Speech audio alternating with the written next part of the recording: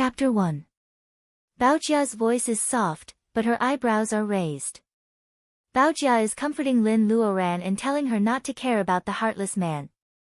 In fact, Baojia wants to chop the bastard into minced meat and feed him to the dogs. Baojia looks at her friend who is sitting on the sofa and staring at the TV in a daze. Lin Luoran is 27 years old. Her cheeks are no longer as smooth as they used to be. Her black hair still hangs down to her waist, but without special care, the ends of her hair are yellow and split in half. Coupled with her empty and vacant eyes, and the clothes she was wearing added up to less than 300 yuan, how was this the beautiful and delicate girl she was in high school? She was clearly a woman in her late 20s. Baojia suddenly feels something surging in her heart. She is so sad that she is about to cry. She grits her teeth so hard that they almost break. I'm going to find that bastard. While saying, she picks up her handbag on the sofa. Her high-heeled shoes with a 10-centimeter heel spin on the old tiles. She turns around and walks out of the door. A pair of hands stops her. Blue veins are bulging and skinny. Baojia glances at the hands and knows that they belong to them. Who else is in the house except the thin Lin Luoran? Baojia doesn't want to use force.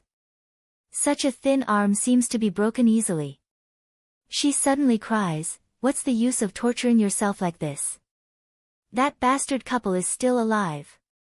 Baojia's eyes are blurred by the gushing tears. They run down her cheeks and ruin her delicate makeup.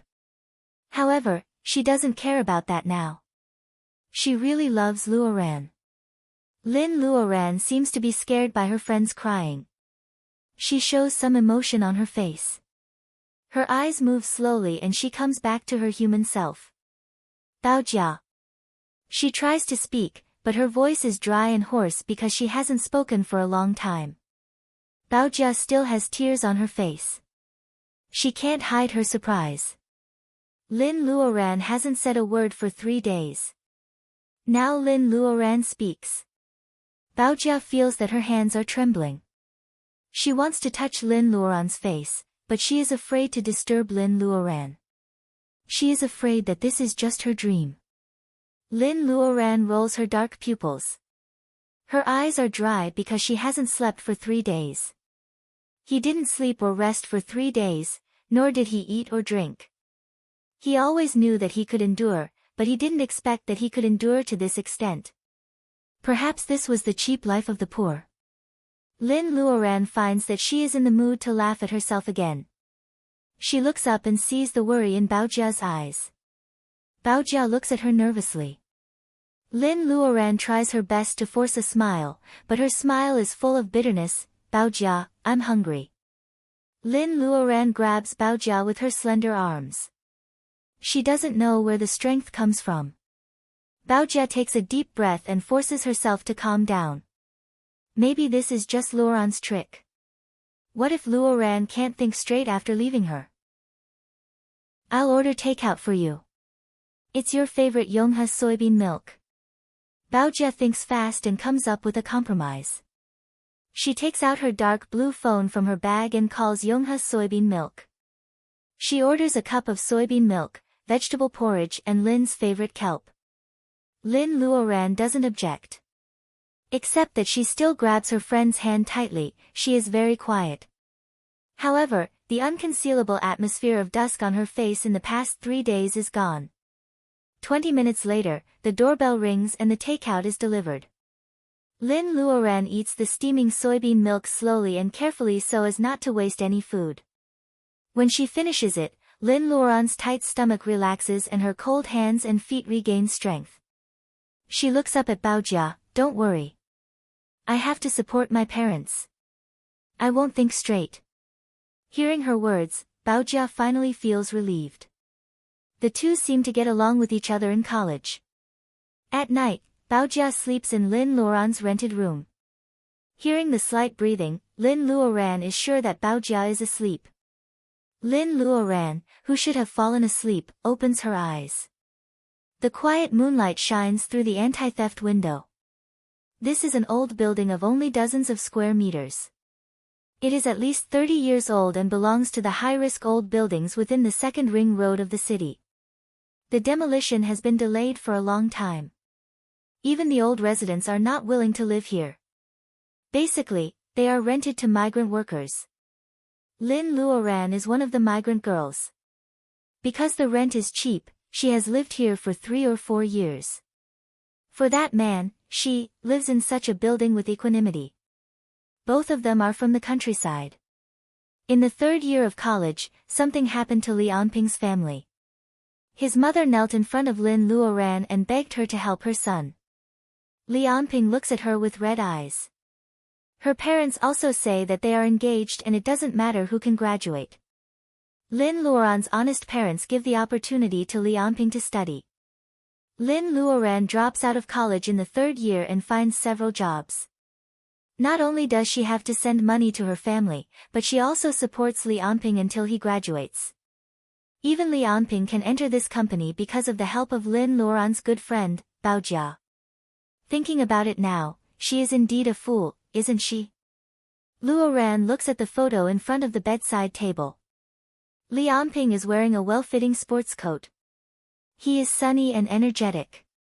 You can't tell that he is a rustic village boy at all. Is this the phoenix man often mentioned on the internet?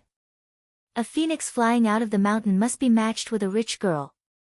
Lin Luoran is just a stepping stone for Li Anping to get rich. Lin Luoran opens her eyes wide and tears flow down silently. She clenches her fists, she still has her parents and Bao Jia. She is not without anything. Fortune House is the largest jewelry chain brand in our city. Bao Jia is the jewelry designer. Li Anping graduated from his master's, so Bao Jia introduced him to Fortune House as an administrative assistant. Li Anping has been working there for half a year. Last month, Bao Jia joked that Li Anping's boss is changed to a beautiful girl and she should be careful. At that time, Lin Luoran didn't take it seriously. They have been together for 7 or 8 years. Li Anping has had many admirers during this period. Lin Luoran doesn't feel threatened by a beautiful girl. What she doesn't know is that this beautiful girl is not only Li Anping's boss but also the only daughter of the boss of Fortune House. What a melodramatic story, isn't it? Lin Luoran stands in front of the administrative building of Fortune House and laughs at herself. It's time to get off work. The glass door is pushed open and Bao Jia walks out of the revolving door in high heels. Lin Luoran moves into the shadow and successfully avoids Bao Jia's sight. Half an hour later, almost all the employees of Fortune House have left. Lin Luoran finally sees a familiar figure coming out of the revolving door. With his well-tailored suit and spirited hair, Li Anping appeared to be in high spirits. Behind him, a beautiful girl in a professional suit comes out. Her facial features are not very beautiful. She is gorgeous because of the expensive international brand package and the layers of makeup. Is she Li Anping's new girlfriend? Lin Luoran bites her lips. Such a beautiful woman can indeed make people feel inferior. However, she has to come here, so she can't flinch. Lin Luoran is standing in front of the shiny door of the Fortune House. She is out of place with everything around her. People can find her at a glance. However, it is not Li Anping who notices Lin Luoran first. It is the young lady of Fortune House with curly eyelashes. She says to Li Anping, "Hey, your old lover is here." Li Anping turns around. It is indeed the shabby Lin Luoran. An imperceptible disgust flashes across Li Anping's face. He quickly turns around and says with tenderness in his eyes, "Ellie, I told you that it was arranged by my family.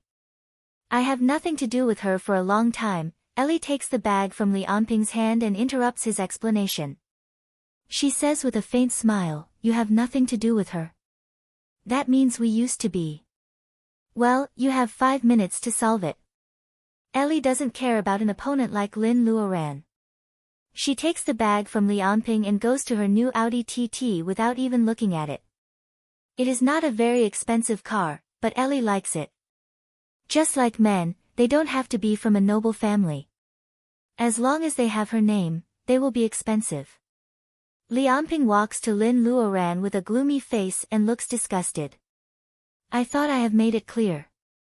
Luoran, we are not suitable for each other. We have different personalities. Lianping is impatient. He hopes to solve the problem in 5 minutes. Lin Luoran suddenly looks up and says, Lianping, you think too much. Lin Luoran is not blind.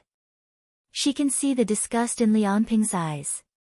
She doesn't want to believe it, but she also knows that Lianping has chosen another woman. No matter how sad she is, she can't show it in front of this bastard. Since we have broken up, give me back my things. Lin Luoran tries to be calm and says while pointing at a bracelet on Lianping's hand. It was an heirloom of the Lin family that had been passed down for many generations. It was a stylish silver bracelet that was suitable for both men and women. There were silver wires wrapped around it, and a 2-centimeter diameter bead was hollowed out and placed in the silver ball, spinning around. Lin Luoran's mother put the bracelet on Lianping's hand when they got engaged. Hearing that Lin Luoran comes to ask for the bracelet instead of crying and begging to make up with him, Lianping's face turns blue with anger. He says, Lin Luoran, aren't you being too stingy? It is just a broken bracelet. How dare you ask for it? The threatening man in front of her is the one she used to love. Lin Luoran feels strange and distressed. However, it is indeed an heirloom of the Lin family, so she naturally wants it back. She sneers, it is just a broken bracelet. Lianping, when did you become so duplicitous? Lianping's face changes several times. Of course, he can't tell Lin Luoran that Ellie's birthday is coming soon. He thinks that the bracelet given by Lin Luoran's family is also an antique and only this bracelet is valuable. Lianping takes it to an antique shop and the shopkeeper gives him 30,000 yuan, saying that he likes the style. Lianping has the cunning of ordinary people. Seeing that the shopkeeper gives him 30,000 yuan, Lianping naturally wants to wait for the price. That's why he doesn't sell it. Now Lin Luoran has the nerve to ask for the bracelet. If he gives it to her, where can he find a birthday gift for Ellie? Lianping is still thinking when a harsh car horn pulls him back to reality. The window of Ellie's bright red Audi TT is rolled down. Half of her face is covered by sunglasses. She smiles and says, What? Haven't you finished catching up with your old lover? Lianping hurriedly says, I told you that it doesn't matter. I'm leaving. Ignoring Lin Luoran who is still standing there, he gets into the car. Ellie rolls up the window and is about to step on the gas.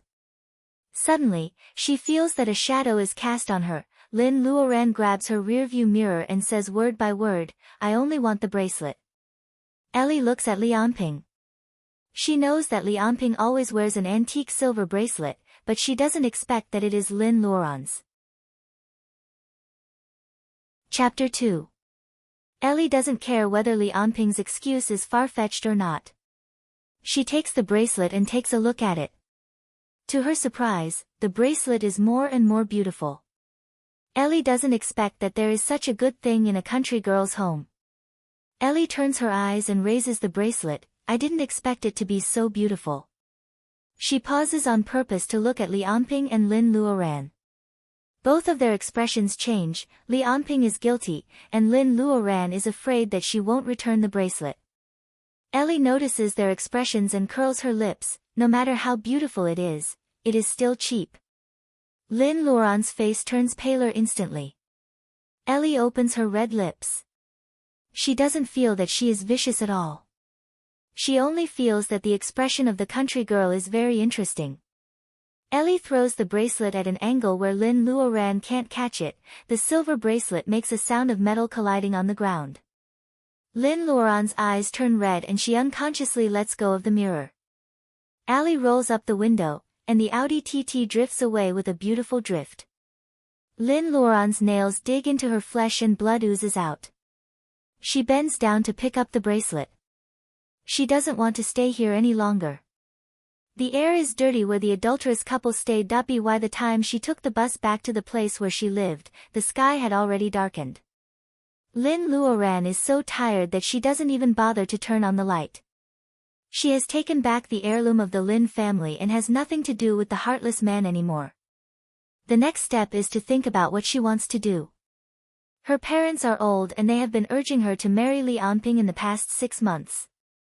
Therefore, she can't tell them that they have broken up for the time being. Her parents can't stand the shock. She has paid a year's rent for the house. She has only lived there for 3 months, so she doesn't worry about the rent. As for her job, she was fired a week ago. At that time, the manager was evasive and only said that she had offended someone. Lin Luoran doesn't know who she had offended. Today, the arrogant attitude of Li Anping's new girlfriend reminds Lin Luoran. Li Anping looks generous, but in fact, she is a narrow-minded young lady. She steals her boyfriend, kills her, and stops her from working. It's a lie to say that she doesn't hate her. However, there is nothing Lin Luoran can do. Maybe she can never take revenge on Li Anping for the rest of her life. They are so different. Lin Luoran still has to take care of her elderly parents. She can't splash acid on Li Anping. The two of them originally planned to get married, but the 30,000 yuan they had saved up was taken away by Li Anping with the excuse that he needed to do training. In this way, after 6 years of hard work, Lin Luoran is left with lost youth, unfinished studies, an embarrassing age, and the only 1,600 yuan in cash. Lin Luoran unconsciously clenches the silver bracelet. Blood oozes out of her injured palm. The faint blood passes through the hollow silver wires and invades the bead. When Lin Luoran doesn't notice it, the blood is absorbed by the bead. After absorbing the blood, the bead emits a dim light. It is very weak, as if it is not full and has no strength. Lin Luoran is still immersed in her own thoughts. How can she understand what the bead is thinking? The bead trembles slightly, like a living body with Reiki. It is anxious for a long time, but it can't do anything. Finally, it makes up its mind and emits a beam of light. The silver wires wrapped around the bead move by themselves, turning into a sharp thorn and stabbing into Lin Luoran's palm. There is no light at home. Lin Luoran is just absent-minded, but she is not blind. She naturally notices the beam of light in her hand. As soon as she raises her hand, the silver wires turn into a sharp thorn and stab into her hand. Lin Luoran is shocked. It doesn't hurt much, just like being stung by an ant. However, Lin Luoran is still scared to death. This kind of thing is beyond the scope of scientific explanation. Any normal person would be scared and shocked, not to mention that the silver wires are now like a transparent crystal tube. Lin Luoran can see her bright red blood dripping on the bead through the thin tube and being absorbed by the bead. Lin Luoran tries to shake her hand, but the whole bracelet seems to be rooted in her palm. She can't get rid of it. In the blink of an eye, she seems to have lost a lot of blood. She feels a little dizzy, which is the reaction of excessive blood loss. The bead is getting brighter and brighter as it absorbs more and more blood. In just a few minutes, the dim light has become so dazzling that people can hardly look at it directly. Lin Luoran feels that her vision is blurred. She knows that if the bead continues to absorb her blood, she will die of excessive blood loss. She knows that she has got an unusual family heirloom, but she is afraid that she won't be alive to enjoy it. The bead seems to sense her fear. With a slight hum, it takes back the thin tube and stops absorbing her blood. Lin Luoran takes the opportunity to throw the bead on the tea table. Then she collapses on the shabby sofa. Her lips are pale and her whole back is wet. She is sweating as if she just got out of the water. The bracelet changes back to its original appearance, except that it is glowing and the thin tube is gone. Lin Luoran survives the disaster. Although she is very curious, she doesn't dare to pick up the bracelet to have a look.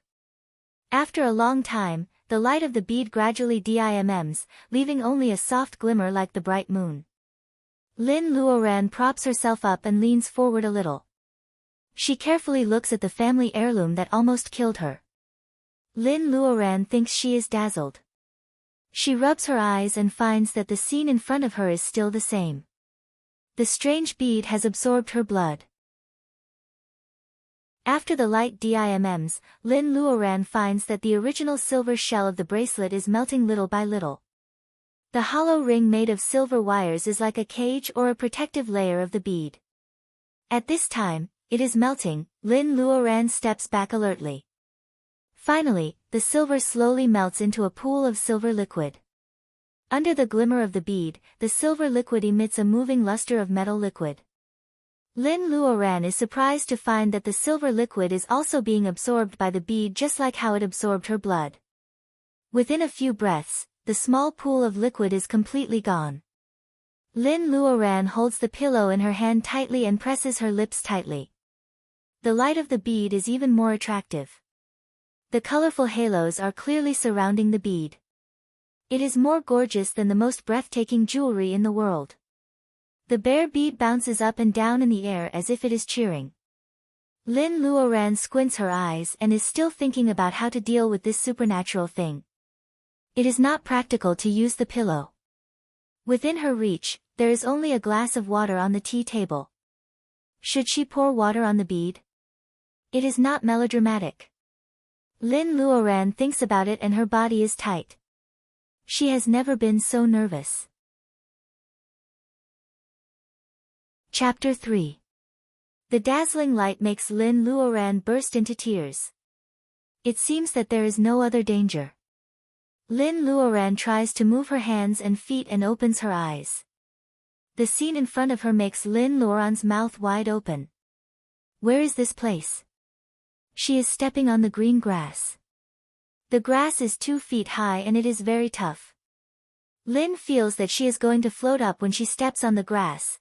This is a land with a radius of less than half an acre. There is a wooden hut which occupies 1/3 of the land. Opposite the hut was a small pond about 3 feet wide. Spring water bubbled out of it, and a small green tree grew beside the pond, looking crystal clear. There is a red fruit in the size of mulberry on the tree, which is bright in the mist of the pond. Lin Luoran pinches her face hard. Ouch, it hurts. The hut is still there, the spring water is still coming out of the pond, and Lin Luoran is still standing in the grass. It is not a dream. Lin Luoran immediately realizes that she seems to have encountered some kind of chance. Lin Luoran guesses that everything in front of her must be related to the mysterious bead. Lin Luoran is tougher than ordinary girls. Otherwise, she wouldn't have been able to hold on for so many years. Therefore, she is still calm in the face of such supernatural things. Lin Luoran decides to explore this mysterious space with the idea of taking things as they come. She stands there and thinks for a while. Then she picks up a lump of soil from the ground and throws it over. The clod drew a beautiful arc in the air and bounced off a foot away from the wooden house. It seemed to be protected by an invisible shield. Was this the prohibition that was often mentioned in books? Lin Luoran is curious. She sees that the soil is just bounced away. She should be fine, right? Lin Luoran takes a few steps and moves forward slowly. Sure enough, she bumps into something very elastic, like jelly. When she pokes it with her hand, a transparent dent is formed. Obviously, she can't enter the hut, at least not now. Lin Luoran turns her eyes to the small water spring. Natural treasures usually accompany each other. Should she drink the spring water or eat the fruit? This is a problem. Lin Luoran still cherishes her life. She picks up a blade of grass to stir the water. After poking for a long time, the grass was still green. At least it wasn't corrosive. She plucked up her courage and put the grass that had been soaked in the spring water into her mouth. Oh, the grass had a muddy taste. However, the sweetness he tasted on the tip of his tongue, could it be that drop of water? This was too miraculous. How could she encounter such a thing? If it was really poison, then she was destined to never be the main character. Lin Luoran hesitates for a long time. She feels that this place is mysterious and peaceful. It is probably not something harmful. Lin Luoran bends over and drinks some water. Ever since she saw Li Anping come back and lost so much blood, she had long been unbearably thirsty. At this time, when the spring water entered her throat, the taste buds first came into contact with that sweet and cold feeling. As it flowed down her throat, it was as refreshing as drinking ice water on a hot summer day. That burning impatience completely disappeared. Lin Luoran unconsciously drinks more before she stops. In the secret land, there is plenty of light and the temperature is just right. She has to wait for the medicine to take effect. She drinks the spring water and lies on the grass. It's so comfortable that she almost doesn't want to get up. After a long time, she almost falls asleep waiting. However, the phenomenon of taking magic minerals and earthly treasures as described in the novel does not appear. Lin Luoran touches her face. It is not very smooth. She can't afford expensive skincare products in a poor life, so it is inevitable that her face is rough. Then she looks at her hands. Well, the dry cracks and fine lines caused by the seasonal autumn are gone. Her face does not change, but her hands that have touched the spring water become much smoother and more tender. Is this the effect of the spring water? Lin Luoran's eyes become a little hot as she looks at the spring water. This spring water that can significantly improve the skin quality may be able to improve the life of her family. Lin Luoran is not greedy. Figuring out the effect of the spring water is enough to make her feel happy. She suddenly becomes spirited. She turns over and climbs up. She jumps to the spring and carefully looks at her future pool of hope. The shadow of being lovelorn is not as easy as she appears. Lin Luoran has the tenacity of a small person at the bottom of the society. Now she needs something to divert her attention, such as this mysterious space and this small spring that can change her future life. The spring water gushes out from the ground. There is only a very shallow pool with bubbles in the middle. It seems that the spring water is endless. Lin Luoran looks at it for a long time, and an idea comes to her mind. Can the spring water have extraordinary effects on plants like in novels? She is eager to have a try, but there is only the grass and the small tree in the space. Lin Luoran feels painful at the thought of watering the grass with the spring water. Then, there is only the small tree left. Lin Luoran doesn't know whether the red fruit is edible or not. Lin Luoran suddenly feels a little hungry. However, the fruit is small and really beautiful. She can't bear to eat it. She looks at the spring for a long time, and for some reason, she holds a handful of water and pours it on the small tree. What? Lin Luoran can't help but make a sound of surprise. The spring water is poured on the tree and instantly soaks into the soil. The water drops between the branches and leaves are also absorbed by the leaves. After a while, Lin Luoran even suspects that she just blinked and the small tree has changed under her eyes. The leaves are faintly glowing. Not only is the green color more obvious, but the luster on the leaves is flowing. It has the texture of jade. It seems that in this short moment, the tree is evolving into jade. The leaves spun and flowed with brilliant colors. A mist-like substance rose from the leaves. The mist swirled around and was absorbed by the red mulberry-like fruit like it was smoking opium. Lin Luoran doesn't dare to blink. All these are complicated, but in fact, they are done in a very short time. The green color of the leaves fades, and the fruit becomes redder. The leaves no longer have the texture of jade, but the fruit has the tendency to evolve into rubies. Crack, a very slight sound comes from the fruit automatically leaving the branch. Lin Luoran quickly catches the red fruit. She looks at the small tree, which has become ordinary and no longer has the previous crystal appearance. This red fruit is obviously grown by absorbing all the essence of the small tree. Lin Luoran has to treasure it. She feels warm in her palm. This thing doesn't look like a fruit at all. Lin Luoran looks at the hot potato in her palm. She really doesn't dare to eat it or throw it away. However, she has been here for so long. How can she go back? As soon as this idea flashes in Lin Luoran's mind, the scene in front of her changes greatly. In the blink of an eye, she is back in her room, still lying on the sofa.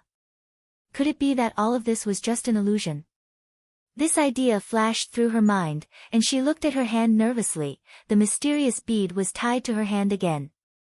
It was a very thin silver wire, but it was very soft and strong. It seemed to extend from the inside of the bead, and she couldn't see any joint. In her right hand, there is something warm. She opens it and sees that it is the ruby-like fruit. Chapter 4. Although she was calm when she found the mysterious space, she can't control herself now. The generation who grew up under the red flag and received atheism education should be able to understand Lin's feeling at this time. Lin stands up and stamps her feet. If all of this was real, looking at the spring water, could it be that he really had to become a vegetable farmer and sell it like in the novels? Thinking of the only 1,600 yuan in her wallet, Lin has to make a plan quickly. Lin Luoran is a decisive girl. If it weren't for the dark, she would go out to buy seeds immediately. She should go to bed early today and get up early tomorrow morning. Anyway, the space is not a bad thing. If there is a chance to get out of poverty and become rich, she must try it. Lin Luoran thinks of the fruit she brought out again. Should she eat it or not? It's really a dilemma. Wait. She rubs her eyes to make sure she is not dazzled.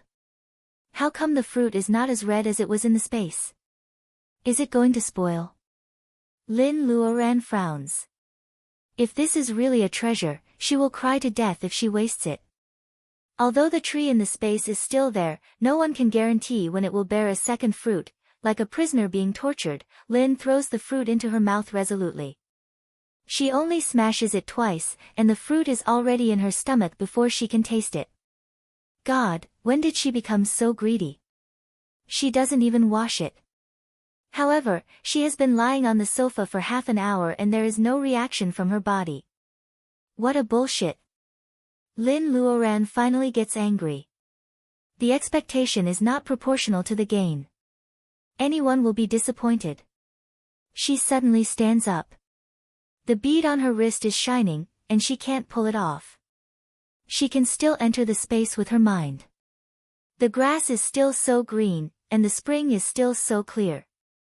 However, Lin has no confidence to get out of poverty and become rich with the space. It is of little value. Lin angrily defines the space of the bead. Then she feels like a little girl who hasn't grown up, and she wants to laugh. It is an unexpected fortune. It will be better if she has it, but there is nothing to be angry about. At least she can use it as a mobile warehouse. Thinking of this, Lin Luoran feels much better. She looks at the old clock on the wall. It's already 10 o'clock. She should go to bed early so that she can have the energy to find a new job tomorrow. Lin Luoran doesn't have the habit of putting on makeup, so she washes quickly. Lying on the bed, Lin Luoran subconsciously forces herself to fall asleep quickly. However, Lianping keeps appearing in her mind. She pretends to be calm when she goes to Fortune House to see Lianping. After all, it was a relationship of 7 to 8 years. Not to mention a human, even a dog would be reluctant to part with him. Her heart was filled with sadness and hatred. Her head was swollen and painful.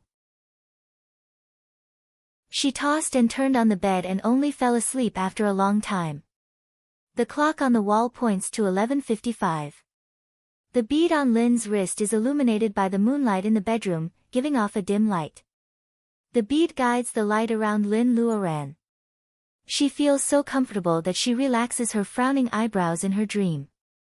The light is absorbed by Lin Luoran little by little. Tick-tock, tick-tock. The hands of the minute, second, and hour completely overlap. It is exactly 12 o'clock now.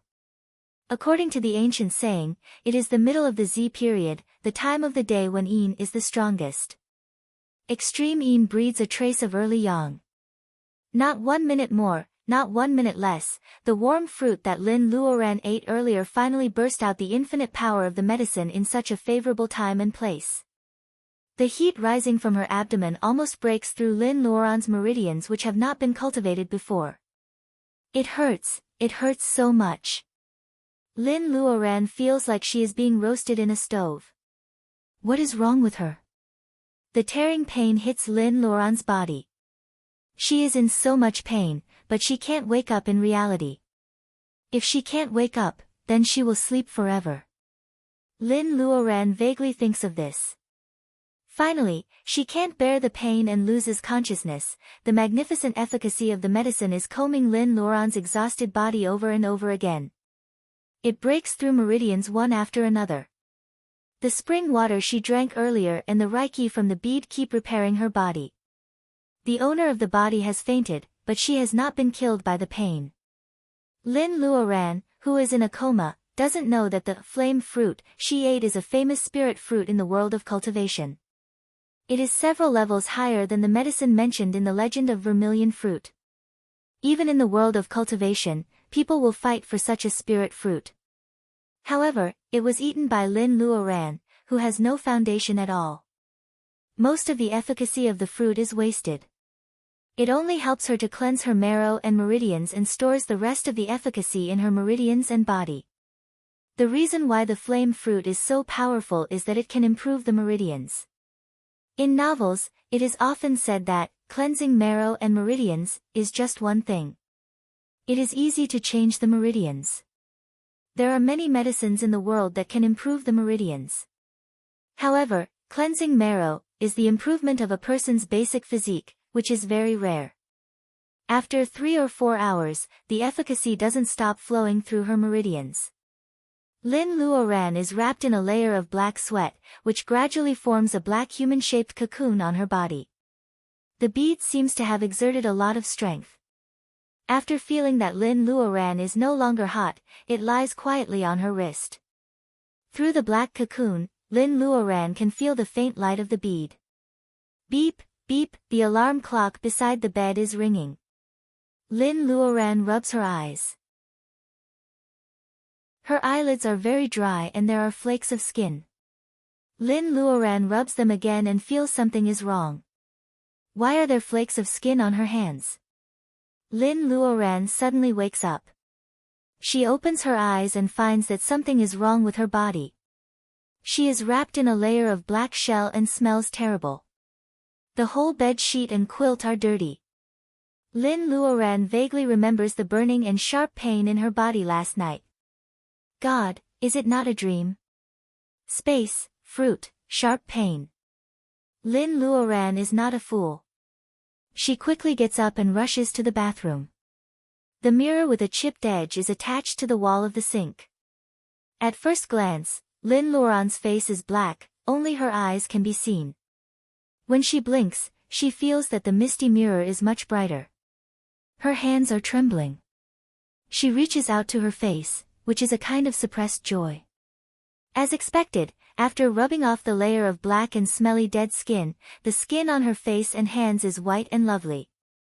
Lin Luoran cheers and turns on the shower. After washing off the stench and grease, she is almost stunned by her own appearance when she stands in front of the mirror. Her skin is very white. It is not the kind of pale of illness. Instead, it is like a peeled egg, smooth and elastic. Her cheeks also have a touch of natural ruddiness. Her hair is like a piece of fine silk. The yellowness and dryness are all gone. Instead, it is shining with black luster. Her facial features have not changed. Only her eyes are not dull because of the torture of life. Instead, they are full of spirit, a bit like the feeling of being full of radiance. In general, she is still Lin Luoran, but she seems to have become a completely different person. She is more than 5 years younger now. It takes Lin Luoran a long time to calm down. She finds that it is almost noon. She planned to go out to find a job today, but it seems that she can't. After a while, Lin Luoran laughs. She hasn't changed her mind. How can she find a job at this time? The most important thing is to figure out the real function of this space and the spring. She looks around the room. The floor of this shabby house is still tile, and it is covered with adult scars because of its age. It looks dirty. No matter how hard she cleans it, she feels that the room is gray and uncomfortable. Lin Luoran has been living a hard life before, so she is not in the mood to take care of the delicate flowers and plants. After looking around her small house, there is only a fleece flower that she picked up from the vegetable market. It is hanging its head and weakly climbing the railing of the anti-theft window. Lin Luoran wants to raise this fleece flower to make soup for her hair because her hair is too ugly to look at. But now, it has a greater meaning. There is a smile in Lin's eyes. She looks at the knotweed which is lowering its head. Chapter 5. Perhaps it was because it was too young and could only play a role in promoting blood circulation. The leaves of the fleece flower are covered with dust. Lin Luoran is embarrassed to take it into her space, so she gets a basin of water and washes it carefully. However, what puzzles her is that the little thing is still foggy after washing it for so long. How dirty is it? Lin Luoran feels something is wrong. She moves the pot to the balcony and looks at it carefully. Then she finds something unusual. The leaves of the fleece flower are very clean, at least in the normal sense. Lin Luoran feels it is dirty because there are wisps of gray mist flowing on the leaves, covering the whole plant. Not only that, but there was also a faint green mist in the center of the vines, extending and contracting, and it was the densest near the roots. Every time the green mist stretches a little, the gray mist retreats a little. As soon as the green mist shrinks, the gray mist comes back to occupy the green mist. Two kinds of mists, of different colors seem to be waging a protracted battle. Moreover, it seems that the green mist is no match for the green mist at all. Lin Luoran wants to take a closer look, but her eyes are a little dry. It seems that she has overused her eyes. She closes her eyes, but her heart is fluctuating like a mountain. Is it Reiki or the life essence of plants that she just saw? Lin Luoran takes a deep breath and opens her eyes. It seems that the fruit has not only changed her appearance, but also brought more wonderful and magical things to her body. When she looks at the fleece flower again, it is the poor worm with its head drooping. The gray mist and the green mist are all gone. Only when she concentrates and looks at it with full attention, like magic, the gray mist and the green mist suddenly appear. Lin Luoran looks up from the burglar-proof window. The old community is also good. The flowers and trees were planted many years ago, and now they are very tall. There is a tall hibiscus tree not far from the window of Lin Luoran's house. It is in its flowering period, with pink and light red interlaced among the green leaves, beautiful and lively.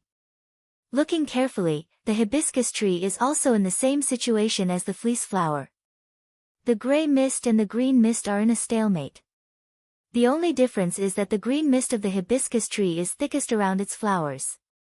Not only that, but there were also wisps of gray gas flowing in the air, which were inhaled by the unsuspecting passers-by. Lin Luoran is startled and looks at herself. The gray gas was also rushing towards her, flowing around her. When it was 1 meter away from her, it seemed to be scared away by an invisible demon, causing it to flee in all directions. Why am I the only one who can't be touched by the gray gas? There was nothing different about her, except for the bead on her wrist. The mysterious bead is tied to Lin Luoran's wrist quietly, emitting a dim light that ordinary people can't see. Taking a closer look, one will find that the light is so weak that it can't be seen when it is 1 meter away from Lin Luoran. In this case, Lin Luoran has discovered the effect of the bead again. If the green mist was the essence of plants, the spiritual chi of plants, then the gray mist would be the turbid chi of this world, wouldn't it? Humans lived in such turbid air every day. It was no wonder that with the development of science and technology, there were many strange diseases that did not exist before. In ancient times, when the vegetation was high, there would be green mist everywhere, and the gray mist would not prevail. From this point of view, it was indeed an era that people yearned for. Lin Luoran is lost in reverie. After a while, she remembers her original purpose. She picked up a glass from the table, and with a thought, she appeared in the mysterious space again. Last night, Lin Luoran only felt that the air here was fresher than outside.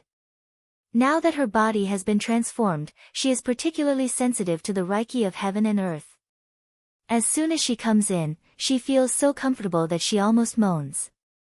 In her eyes, this space is also very different from last night. Last night, Lin Luoran only felt that the green mist on the grass was thicker than the whole hibiscus flower outside. As for the little tree that bore fruit last night, the green mist that flowed on it was almost tangible. As for the small spring, it is blue in Lin Luoran's eyes. More importantly, there is no trace of the gray gas outside in this space. The grass and trees are all green, but the shades are different. Above the small spring, there is a blue mist. Is this the different attribute of everything in the world? Yes, according to the division of the 5 elements, plants are all wood, and the small spring is water. Aren't they 2 types? Lin Luoran understands. She scoops a glass of water from the small spring and is about to go out. She sees the small tree beside the pool. The red fruit it bore last night is really hard.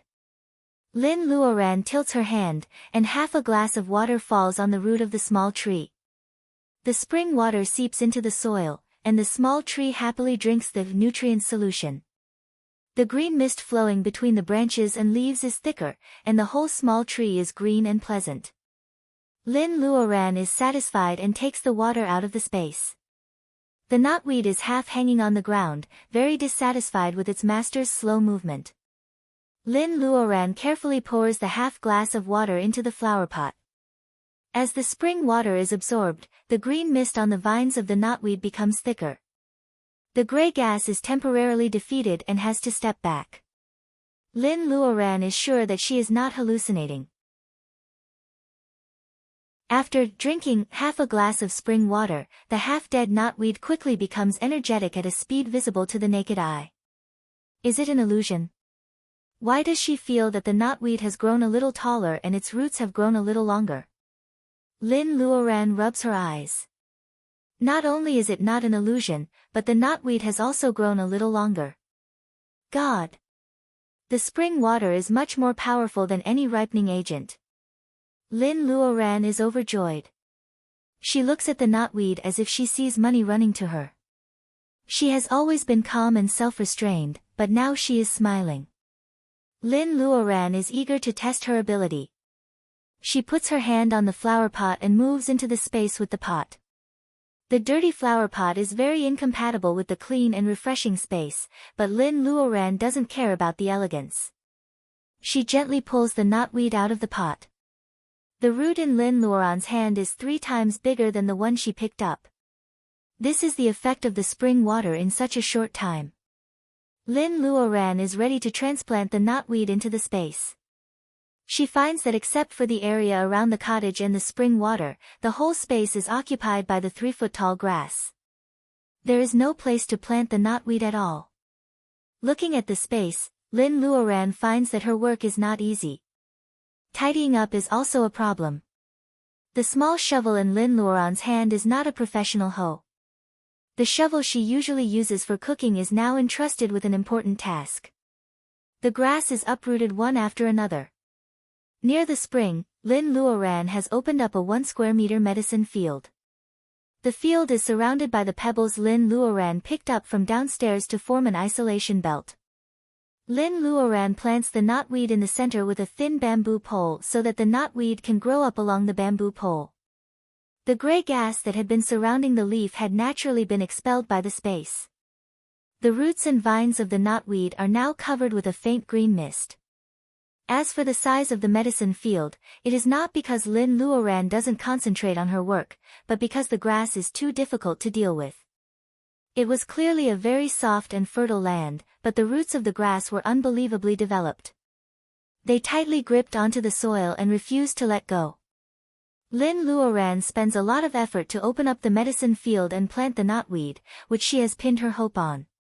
Looking at the result of her labor, Lin Luoran smiles with satisfaction. Thinking of her uncleaned bed sheets, she stops giggling and goes out of the space. She looks at the clock on the wall. It is 2:00 in the afternoon.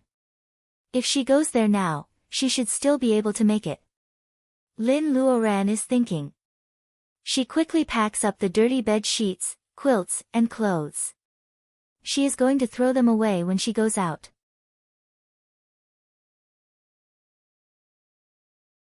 Chapter 6. Compared with the busy city, the air on the crowded bus is naturally dirtier.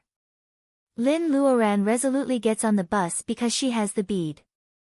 She doesn't feel the air is dirty, but the atmosphere is a bit strange. Why are there so many blinking eyes around?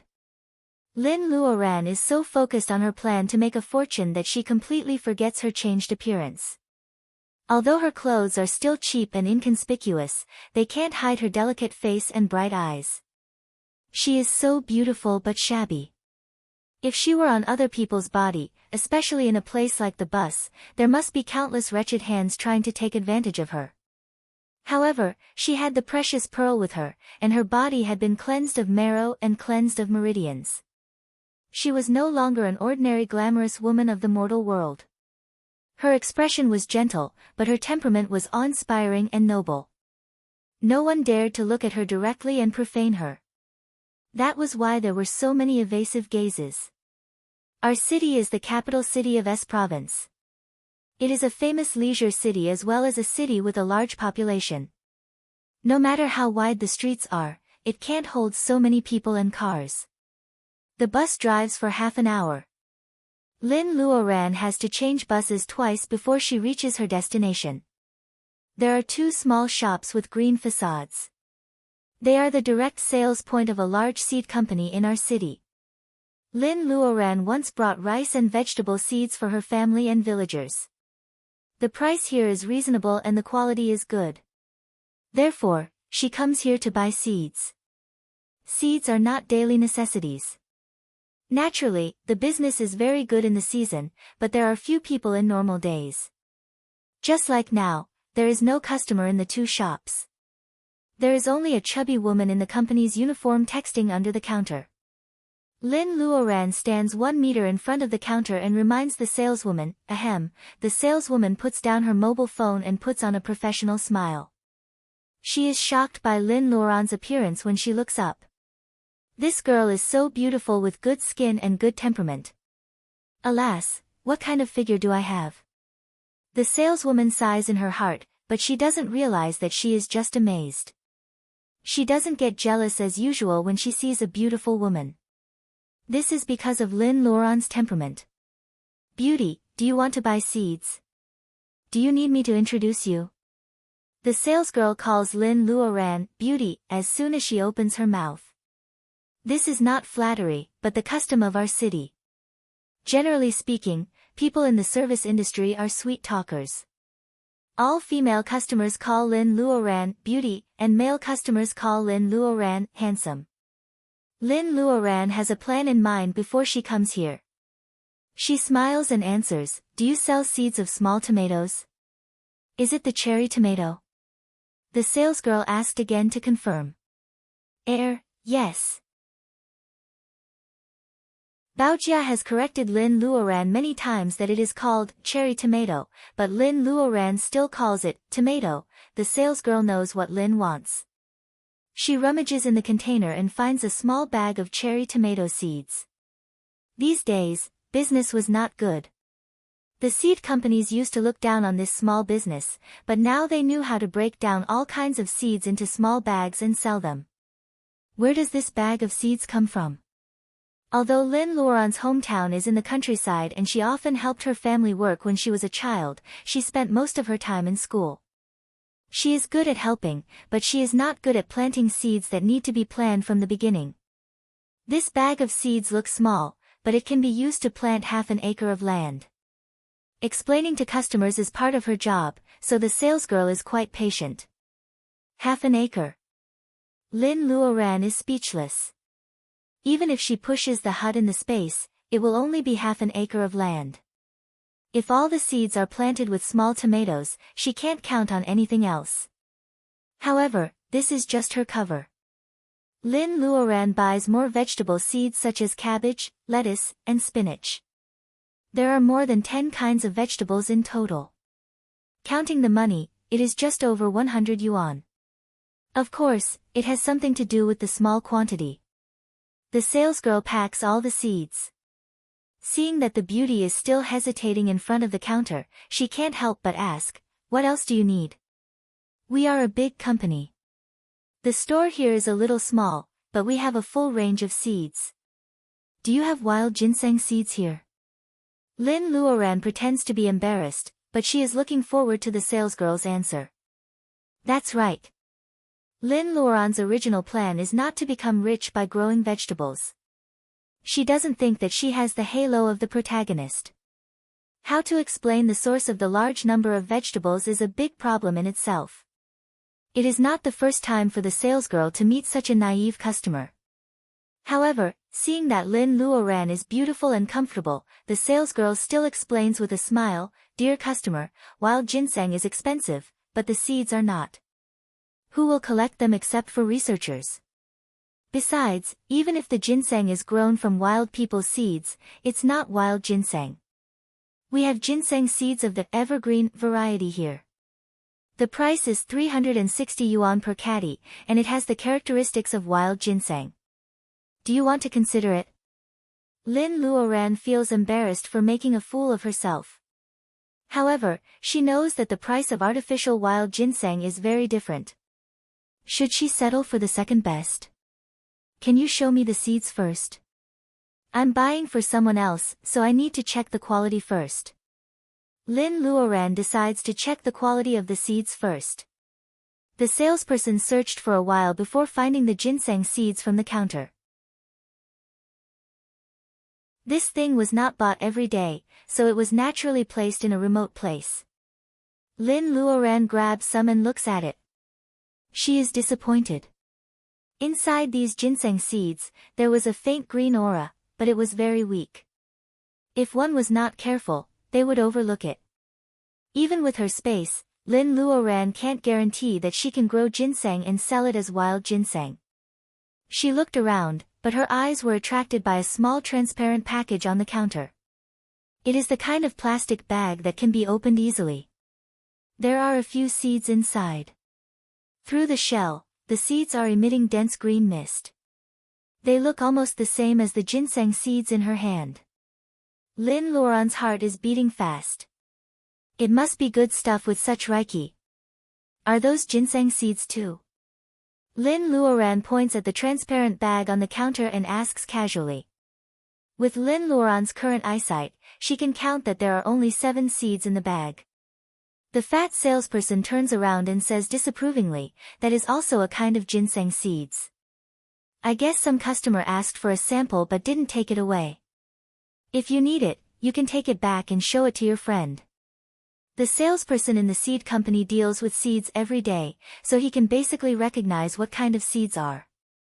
The salesperson can tell at a glance that they are also ginseng seeds, and they are almost the same as the ginseng seeds. Lin Luoran's little plan is successful. Suppressing her joy, she picks up the bag of vegetable seeds and the small bag of ginseng seeds and leaves the counter. On her way out, she passes by a tall man. Lin Luoran doesn't care, but the tall man can't help but look at her. It is true that there are many beautiful women in our city. It seems that it is not a bad thing for him to be sent to this place. After buying the seeds, Lin Luoran doesn't take the bus. Instead, she takes a taxi. In less than a minute, the tall man catches up with Lin Luoran. However, all he sees is traffic and Lin Luoran is gone. She runs so fast. "I'm so angry." The tall man stamps his feet in front of the store. His character is totally incompatible with his height. He is so depressed. The chubby saleswoman also runs out. She is nervous and stutters, "General Manager, I really didn't know that it was wild ginseng seeds. I. Her chubby face turns red. Everyone hasn't figured out the new general manager's temper yet, and she makes such a big mistake. What should she do? The tall man almost vomits blood. What wild ginseng seeds? It is the seeds of a wild ginseng at least 500 years old. Birds and beasts love to peck the fruit of ginseng. Wild ginseng seeds are rare, not to mention the seeds of a 500-year-old ginseng. Well, it's useless for me to tell you this. They are all lost. The saleswoman has no time to think that wild ginseng seeds can grow into wild ginseng. She feels even more guilty. She is so scared and regretful that she is about to cry. Seeing her red eyes, the tall man felt a headache coming on. Forget it, it's my fault. It's my fault for scolding you. Go back to work. Waving his hand to send the salesgirl back to the shop, the tall man's expression looked like he was constipated, which ruined his handsome facial features. I shouldn't have asked for the young woman's phone number. Oh my God, is the term of my exile going to be extended again? Who took my ginseng seeds? Ah! The tall man's sad cry startles a sparrow on a telephone pole. The passers-by think that the man is crazy and they all get out of the way. The tall man's face is even more sullen. At the same time, Lin Luoran sneezes in a taxi. People in the countryside are superstitious. They say that sneezing for no reason means that someone is talking about you behind your back. Lin Luoran thinks about it but has no clue. Is it because her parents are thinking about her? Chapter 7. The medicine field expands by 1 meter. The Polygonum multiflorum is planted in the middle. Around it are 7 ginseng seedlings, all of which have grown a few leaves. At the boundary between the herbal field and the grassland, the 2 small tomato plants were growing well. Not only were their branches flourishing, but they were also bearing fruits at an astonishing rate. The branches were covered with fruits that were twice the size of the cherry tomatoes sold outside, and they were emitting an alluring fragrance. Next to the tomatoes are 2 cabbages, tightly wrapped. The stems are as clear as white jade and the veins of the leaves are clear. They look good. Spinach also occupied a corner. The chili was planted to the left of the tomato. The bright red chili was competing with the tomato. A cucumber vine climbed up the bamboo pole. The tender yellow flower looked much more beautiful than the Chinese knotweed in the middle of the field, which only had vines but no flowers. Lin Luoran has tried to plant all the seeds she bought from the seed company. She even planted a bunch of green onions, which are mixed with the grass on the edge of the medicine field. It is hard to recognize them. Now it seems that it is more like a vegetable field than a medicine field. However, it is not Lin Luoran's fault. After eating the vegetables in the space, Lin Luoran can't bear to eat the grayish vegetables she bought from the market. The space is magical, and so is the spring. According to the time when she harvests vegetables, 1 day in the space is equivalent to 1 year in the outside world. Basically, no matter what vegetables are planted at night, they will be ripe the next morning. It makes sense. Any vegetable should be ripe after half a year. The most important thing is that the vegetables will always be ripe as long as Lin Luoran doesn't pick the fruits. The tomatoes will not fall, and the cabbages will not grow old. Everything is just right. It seems that the most beautiful moment of their lives is frozen by magic. Even if a ripe fruit was plucked, as long as it was kept in the space, it would remain in the state it was when it was just plucked, unbelievably fresh. The grass that Lin Luoran has cleaned up is slender, soft, and elastic. Since it is native to the space, Lin Luoran doesn't know what it can be used for, so she doesn't dare to throw it away. Instead, she weaves the grass into a large mat and spreads it on the ground. There are piles of tomatoes, cabbages, and other vegetables on the mat. Lin Luoran has been experimenting these days. She accidentally planted too many vegetables and couldn't finish them all. If he wanted the seeds of these vegetables, he would have to wait for them to ripen. By dripping some spring water on them, the vegetables would instantly exhaust their life essence and bear seeds that could be harvested. She sows the seeds she planted in the space several times. The vegetables in Lin's medicine field are no longer of the same quality as before. If this goes on forever, Lin Luoran suspects that she will grow spirit vegetables. The current vegetables were all clean and translucent. If they were to evolve into spirit vegetables, they would probably become half medicinal and half vegetable existences, right? It had the taste of vegetables and the effects of medicinal herbs. It was truly incredible. However, the biggest surprise for Lin Luoran is not these vegetables, but the ginseng she planted in the center of the medicine field. These seeds full of reiki are indeed extraordinary. Since the ginseng seedlings broke out of the soil, Lin Luoran is surprised to find that the green mist seems to be feeding the spring. Lin Luoran clearly sees that the mist of the ginseng seedlings floats to the spring. The blue mist is very happy. Even if Lin Luoran doesn't water the seedlings, the blue mist automatically floats to her. Wisps of blue and green mist mix together, making the two colors darker. These are spirit seeds, not artificially grown ginseng seeds. Lin Luoran sees that the fleece flower, which is also a medicinal herb, doesn't have this phenomenon. Lin Luoran immediately realizes that she has picked up a treasure. When it comes to this kind of medicinal herb, simply dripping some spring water can no longer make it bear fruit. She has to wait until it is old enough. For example, the ginseng in the medicine field should be equivalent to 5 years old wild ginseng after being planted for 5 days. Lin Luoran is very satisfied, but she can't continue to stay in the space now. Baojia should be here. Lin Luoran comes out of the space with a thought. Sure enough, as soon as she changes her clothes, she hears the horn downstairs. Lin Luoran knows that it is Baojia's car without looking. Lin Luoran is about to go downstairs. After thinking for a while, she finds 2 plastic bags and puts some small tomatoes and vegetables from the space. She is going to take them to Baojia. Baojia drives a dark red Toyota. She bought a 100 square meter house with a mortgage in our city, which is a success for a white-collar worker. Through the half-rolled window, Lin Luoran sees that Baojia is touching up her makeup in front of the mirror. Baojia. Lin Luoran is carrying 2 bags of vegetables. Her voice is light. She is no longer the lovelorn girl she was 2 weeks ago. Baojia squints at her and says, I told you to go out for a walk.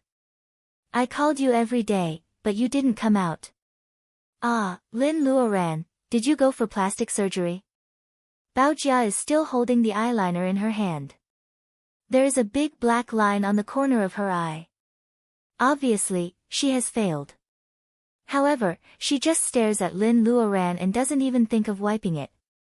God, did you go for plastic surgery when you were lovelorn? No wonder you didn't come out even when I called you. It turns out that you are hiding in your room to recover. Gee. Baojia doesn't look smart and capable at this moment. She is talking nonsense because she is too stimulated. Lin Luoran rolls her eyes at her. She opens the trunk and puts the vegetables and fruits in. After sitting in the passenger seat, she answers grumpily, do I look like a person who is rich enough to go for plastic surgery? Baojia chokes and looks at Lin Luoran suspiciously. She takes a closer look and finds that Lin Luoran's facial features have not changed. However, her skin is so smooth that it can be broken by the wind. Lin Luoran's delicate facial features are highlighted. She has changed all of a sudden. Is it photon rejuvenation? That's impossible. The effect can't be so good. Baojia still doesn't want to give up, but she can't find the reason.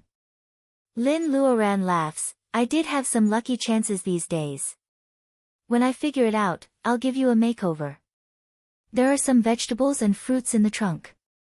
If you eat them for a long time, even if you can't become like me now, you will definitely benefit from it. What is a good friend? A person like Baojia who won't ask questions after getting an explanation is a real good friend. She won't hurt Lin Luoran anyway, so she believes that Lin Luoran won't hurt her either. They look at each other and smile. Baojia suddenly realizes and pretends to be angry, don't wait for later. I can't wait for a minute to become beautiful. Baojia gets off the car and holds the small tomatoes in her arms. She asks Lin Luoran if she can eat them directly. Baojia guesses that Lin Luoran will say that eating vegetables and fruits for a long time will improve her skin. She doesn't even bother to wash them. She eats them one by one in the car. Sweet and sour, fresh and delicious. The juice splashes after one bite. It is indeed a rare delicacy. The car starts. Baojia still has a small tomato in her mouth. Lin Luoran then remembers, where did you say you were going? Baojia is eating, which greatly affects her queen temperament. She answers vaguely while driving, "Where can I go?" "Of course, I'm going to help you find a job." "Well, it's so delicious." Baojia holds the steering wheel with one hand and drives through the traffic. Lin Luoran is worried. If she asks Baojia again, she is afraid that Baojia will be more distracted. However, she can't help thinking. Chapter 8. However, Baojia stops in a warehouse with weeds growing at the door and the paint on the door is peeling off. Except for the car marks on the muddy ground at the door, there are many vehicles going in and out of this place. This warehouse is really creepy. Baojia, although I don't mind being a worker on the assembly line, this place is so desolate. Can I get paid on time? Lin Luoran plucks up her courage and puts forward her opinion. Baojia wipes the tomato juice on her mouth and raises her eyebrows. "What do you think?" Lin Luoran shrinks her neck. The wild ginseng in the space will take some time. Since Baojia has found a job, she should just work first. She is so picky. Now she only has 1,300 yuan left. They get out of the car and enter the gate. Lin Luoran finds that the yard is quite spacious. There are many cars parked behind the red-painted gate. Some of them are tacky for the rich, but they are expensive for Lin Luoran. There are also some cars with a logo that she can't recognize. Lin Luoran finds them familiar, but she can't name them. Anyway, they must be expensive. However, at this moment, the well-dressed car owners were all surrounding a large truck, fighting over some stones that looked different from the others with flushed faces. What are they doing around a pile of stones? Lin Luoran asks Baojia curiously. Baojia takes Lin Luoran to walk around the crowd and the truck to the warehouse. Baojia explains while walking, "I've never eaten pork before, but I've never seen a pig running. Aren't those TV shows and novels all over the place? Those ugly stones are raw jade stones, and a group of people are gambling on stones." Lin Luoran is curious and surprised. She asks in a low voice, "There is stone gambling in our city? Isn't it all in Yunnan and Myanmar? Where there are people, there is a market. Where there is a market, there is a demand. It's not strange." Baojia glances at Lin Luoran and explains. Lin Luoran wants to ask more but Baojia shushes her. "Let's finish the work first." "Well, I was worried about you before. Now look at you. I'm sure you will be fine." Baojia looks Lin Luoran up and down as if she is very satisfied with her appearance. Baojia takes Lin Luoran into the warehouse. Lin Luoran finds that the machines are roaring. It seems to be an operation workshop. Baojia walked around and found the person she was looking for. In the workshop, several cutting machines were operating at full power to cut the raw stones. Dust was everywhere. A man in his 30s, wearing gold-rimmed glasses, with his hair covered in dust, was looking at a stone under the cutting machine with some concern. "Master Lu." Baojia raised her voice and waved her hands. Lu Zheng wipes the dust on his glasses and sees that it is Baojia with a woman he doesn't know. She has a good temperament but looks too young. She is in her early 20s at most. She doesn't look like Baojia's classmate at all. He was a businessman. If he wasn't sure, he wouldn't give others an excuse to talk about him. His smile was like a spring breeze. Since the two beauties have arrived, this stone should have turned green by now, right? Baojia, who is this? Baojia is also concerned about the situation under the cutting machine. This is my friend, Lin Luoran. Luoran, this is Lu Zheng, your future boss. Lin Luoran smiles awkwardly. She doesn't know what kind of job Baojia is going to introduce to her. Lu Zheng didn't say that he had to hire her, but Baojia introduced him as the boss. It seems that she is very familiar with Lu Zheng. When did this little girl get to know such a person? It seems that she needs to interrogate him. Lin Luoran is thinking about all these. Hearing Baojia's introduction, she still takes the initiative to say hello, Mr. Lu, I'm Lin Luoran. Sorry about that. Lu Zheng's eyes didn't stay on Lin Luoran for too long. He nodded and said, Miss Lin, let's talk about the job later. Let's take a look at this stone first. Lin Luoran smiles and nods. Baojia is already saying, Master Lu, this is a good stone. It would be too unlucky if there is no green in it. How much did you make this time? Lu Zheng smiles bitterly, the first few pieces are all ruined. Fortunately, I got some raw materials in the Burmese territory, or there would be no rice to cook. Lin Luoran has never seen stone gambling in person. The price of jade has been rising in the past 2 years. Ordinary citizens have seen enough novels and TV shows to know what stone gambling is. Now it seems that Lu Zheng is also in the jewelry business. Thinking of Li Anping's new girlfriend, Lin Luoran feels that the job Baojia found for her seems to be full of variables. Just as she is thinking about this, Baojia's happy voice comes, there is green. It seems that we are really lucky. Lin Luoran also turns her head to look. The cutter is watering a third of the stone cut. After a few handfuls of water, the green texture of the stone is revealed. Even Lin Luoran, a layman, can see that the green color is very comfortable. Lu Zheng also smiles and says, yes, the price of this stone is high. When the green is out, we can eat it deeper. We can earn back some of the money we spent on the first few pieces. The cut of the stone is as big as a big bowl. Lu Zheng says that the price of the stone is high. It is really easy to get rich in stone gambling. Lu Zheng asks the workers to move the stone to the truck. He is ready to go back to his place to continue cutting. When he is done, he hands Lin Luoran a business card. Miss Lin, would you like to work in my company? Treasure House is written on the business card. There is a phone number made up of a string of numbers. There is not even a title. Lin Luoran has some impression of this treasure house. It has several branches in our city. It seems to compete with Fortune House in terms of store size and products. Lin Luoran pays special attention to this information when Li Anping first entered Fortune House. Mr. Lu, Baojia didn't say what she wants to do. Do you think I am suitable? Although Lin Luoran doesn't want to work in the same industry as Li Anping, they are obviously in two different camps. Lin Luoran can't refuse Baojia's kindness. She must take the initiative to fight for it. Lu Zheng smiles, Baojia wants you to be in the jewelry business. What do you think? Jewelry business? Lin Luoran is asked to sell glittering jewelry. All women love jewelry. Lin Luoran is a little tempted. Baojia pushes her, you look like you. Wearing jewelry is a promotion. I am sure you can do it. Encouraged by Baojia, Lin Luoran notices that Lu Zheng is also waiting for her answer. She thinks for a while and says with certainty, I have no experience, but I will try my best. Don't worry, Mr. Lu. Lin Luoran can tell that Lu Zheng cares about the person introduced by Baojia.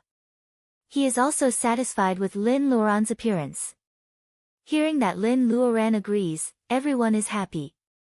When Lu Zheng is about to tell Lin Luoran something, a female voice comes from the door of the workshop. The voice is a little high and the target is Baojia. Chapter 9. She has been standing at the door for a while. As the designer of Fortune House, Qin Baojia not only introduced jobs to Li Anping's ex-girlfriend, but also to Lu's, the archenemy of Fortune House. This is a slap in the face in the industry. If she could tolerate this kind of thing, her surname wouldn't be AI. Seeing that Ellie and Li Anping are here, Baojia doesn't panic at all. She just looks at Lin with worry. Lin Luoran also recognizes the voice of Li Anping's new girlfriend. Maybe Li Anping is also here. Enemies are bound to meet on a narrow road. Seeing the worry in Baojia's eyes, she smiles at her, indicating that she can face it. Lu Zheng pushed up the glasses on his nose and said with a smile, Miss AI, I don't like to hear that. It's true that there are competitors in the same trade, but not enemies, right? Ellie walks quickly in her high heels and ignores Lu Zheng. She looks at Baojia with disdain. Qin Baojia, shouldn't you give me an explanation? Li Anping also says, Baojia, thank you for introducing me to Fortune House. We don't have to do this for private affairs. Luoran's parents used to be very kind to me. For this reason, I can also introduce her to a job.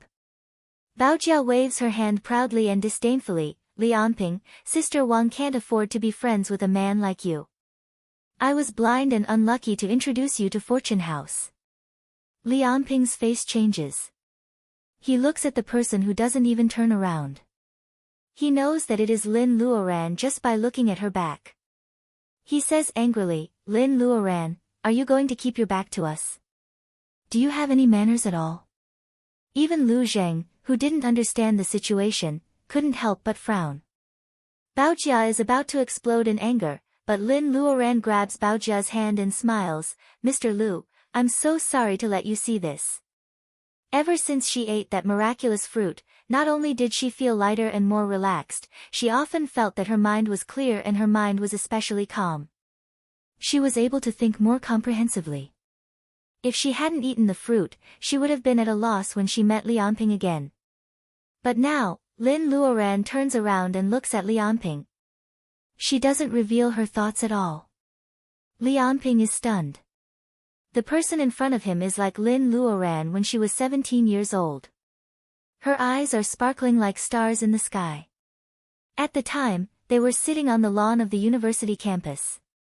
Li Anping covered her eyes with his hands and said, I want to pluck this star. Li Anping can't remember what Lin Luoran said at that time. However, at this moment, Lin Luoran is even more lively than when she was a girl. He clearly remembers that she was haggard a few days ago. He also clearly remembers that she is 27 years old this year. How can she suddenly become young again? Li Anping, you can't walk after seeing your old lover. Li Anping was still absent-minded. Ali's cold snort woke him up. Yes, so what if she became beautiful? There were many beautiful women in this world, but it was not easy to find a beautiful woman like Ali who came from a wealthy family. Li Anping comforts himself in this way, deliberately ignoring the amazement when he meets Lin Luoran again and the guilt when he remembers that Ellie is a beauty. Baojia, we have a job. Let's go, shall we? Lin Luoran says lightly. Lin Luoran sees them but pretends not to see them. She is so hateful now. Li Anping feels indignant, but he can't say anything because of Ellie's mood. Baojia can't wait to leave this couple. She is happy to accept Lin Luoran's suggestion. Master Lu, I'll contact you later. Baojia takes Lin Luoran's hand and walks out. Ellie is ignored from the beginning to the end. She is so angry that she can't pretend to be generous anymore. She screams, Qin Baojia, don't go too far. Do you still want your job? Lin Luoran is a little hesitant. Ellie is right. After all, Baojia is still working in Fortune House. If she does this, Baojia will make things difficult for her in the future. The daughter of Fortune House was indeed a vengeful person. Baojia squeezes Ellie's hand and turns around at the door. She looks at Ellie with a faint smile, Manager Ellie, I submitted my resignation letter early in the morning. Didn't you see it? She doesn't give time for Ellie and Li Anping to react. She is afraid that Ellie is not angry enough. Baojia pretends to be enlightened, I almost forget that Manager Ellie is busy dating her subordinate. She has no time to read the resignation letter. Alas! Ellie's face turns cold. She grabs her bag so hard that her knuckles turn white. Li Anping's face is full of anger and resentment. As for Lu Zheng, his eyes under the gold-rimmed glasses are full of smiles. They walk out of the warehouse. Lin Luoran suddenly feels that even the sky is blue when she doesn't see Li Anping and others. She should blame herself for being deceived by such a man. It's not a bad thing for him to cheat on her earlier. She is lucky to have seen through him earlier. Baojia vented her anger and smiled. She pointed at the people who were bidding loudly and suggested, your future job is jewelry sales. Let's go and see them gambling on stones. It's good for you to broaden your knowledge. Baojia's face was full of smiles. She pointed at the group of people who were bidding loudly. Lin Luoran is actually curious. She thinks Baojia's words are reasonable. If she really goes to sell jewelry, it will be unreasonable for her to know nothing about jade, which is becoming more and more popular now. 800,000 yuan. I want this stone. As soon as Lin and Lianping approach, they hear a fat man shouting confidently. A gold necklace as thick as a girl's little finger is shining on his neck, dazzling Lin Luoran's eyes. It's just hearsay. It's an eye-opener for Lin Luoran to see someone spend 800,000 yuan to buy a raw stone with no idea whether there is jade in it. After all, the life of an ordinary citizen is so different from this. Fatty Chui, how dare you talk so shamelessly with 800,000 yuan? I offer 900,000 yuan. A woman in her early 40s is bidding against the fat man with the gold necklace. She also has a round waist and looks tanned and strong. However, she offers 900,000 yuan. Fatty Chui is so angry that the fat on his face is shaking. He wants to lose his temper, but he forcibly suppresses it. No one knows what he is worried about. After struggling for a long time, he grits his teeth and says, 950,000 yuan. The onlookers all laugh and don't say anything. They just wait for the two to bid. Sure enough, the tanned woman offers a high price of 1 million yuan without blinking her eyes. Even the owner of the raw stone standing next to the truck is smiling. Lin Luoran finally sees something. Seeing that Baojia is also trying to hold back her laughter, she asks quietly, "Who are they?" Baojia coughs and lowers her voice. They are husband and wife. Both her family and her husband's family are engaged in the jade business. Mrs. Chui only has one daughter to inherit the family business. Every time they come to the raw stone yard, they bicker like a play. Everyone in the industry knows that. Mrs. Chui will definitely fight for the stone that Mr. Chui likes. Lin Luoran laughs. There are so many strange things in the world. Looking at the arguing fat couple, an idea flashes through Lin Luoran's mind. It is often said in novels that jade has reiki. Lin Luoran can see the reiki of plants. What about jade? Her heart was beating a little fast. Once this thought popped up, she couldn't suppress it no matter what.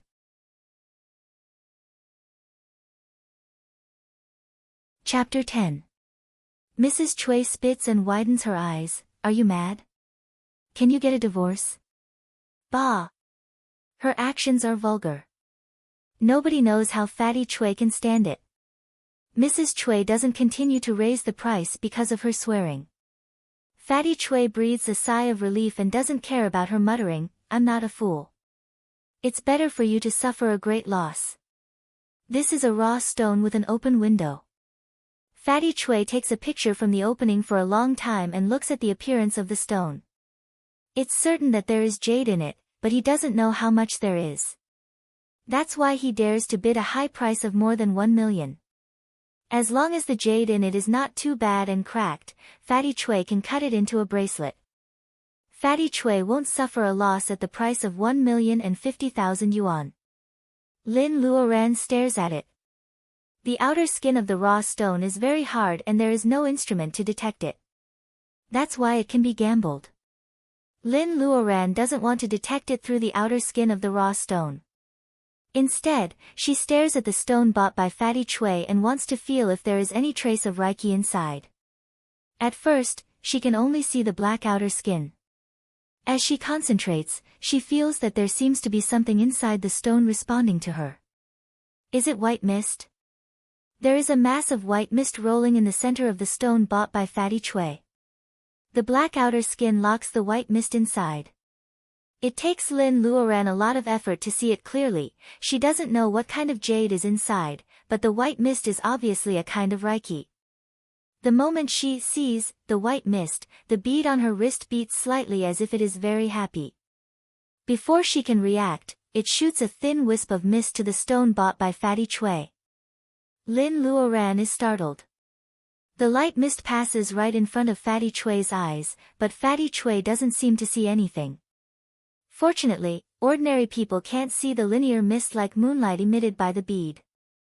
Lin Luoran finally lets out a sigh of relief. The mist of light from the bead easily passes through the outer skin of the raw stone and meets the white mist inside. The white mist is like a child who has found its lost family. Lin knows that it is lifeless, but she has an illusion that the white mist seems to be happy and telling. The mist of light emitted by the bead starts to absorb the white mist. Lin Luoran doesn't know how to stop it. She is very anxious.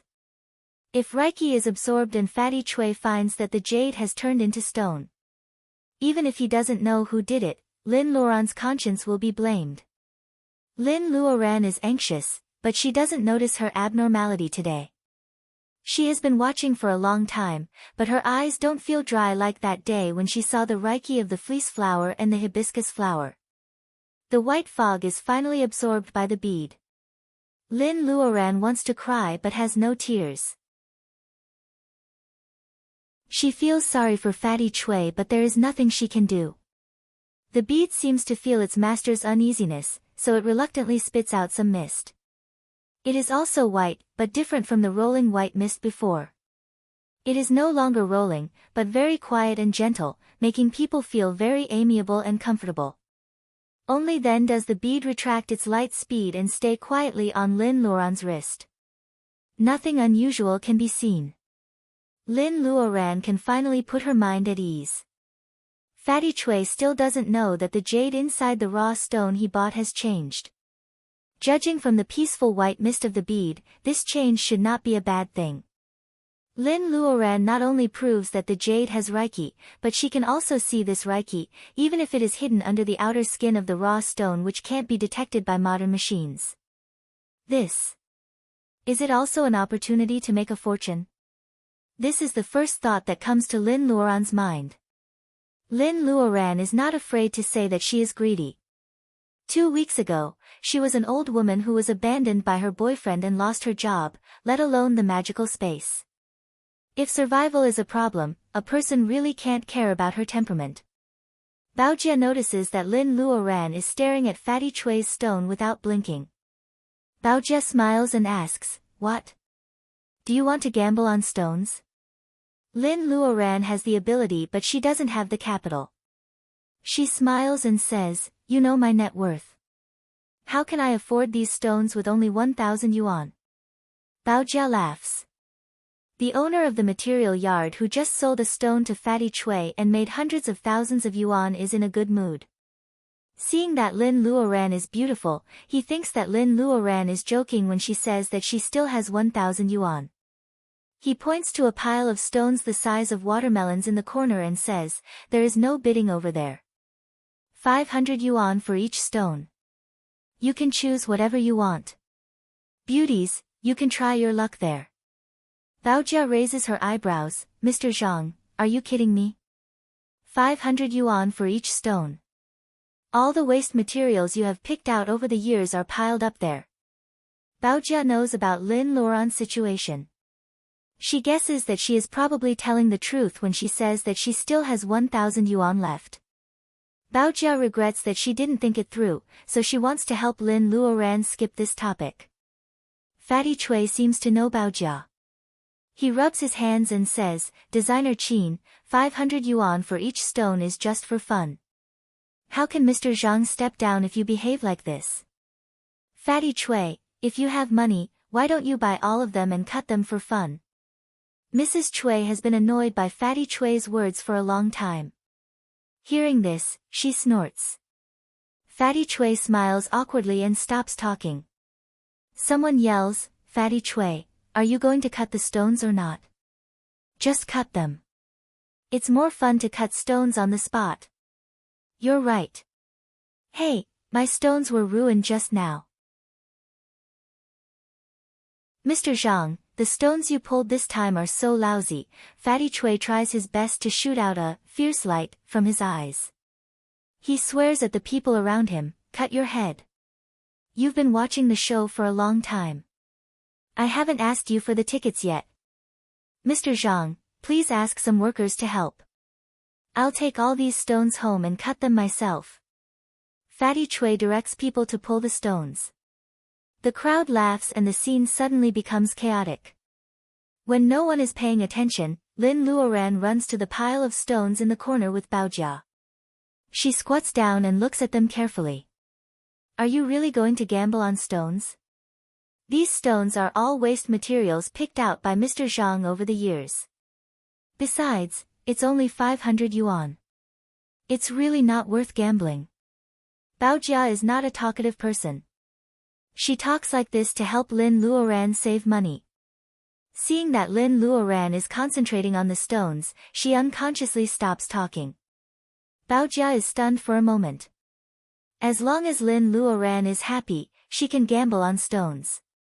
If there is no food, how can she watch her starve to death?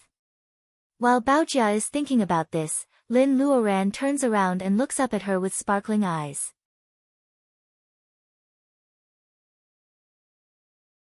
Chapter 11.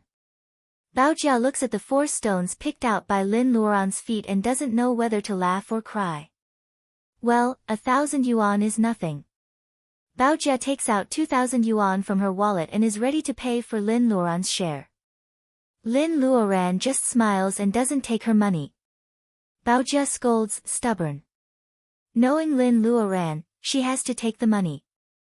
Lin Luoran runs to Mr. Zhang to pay the bill.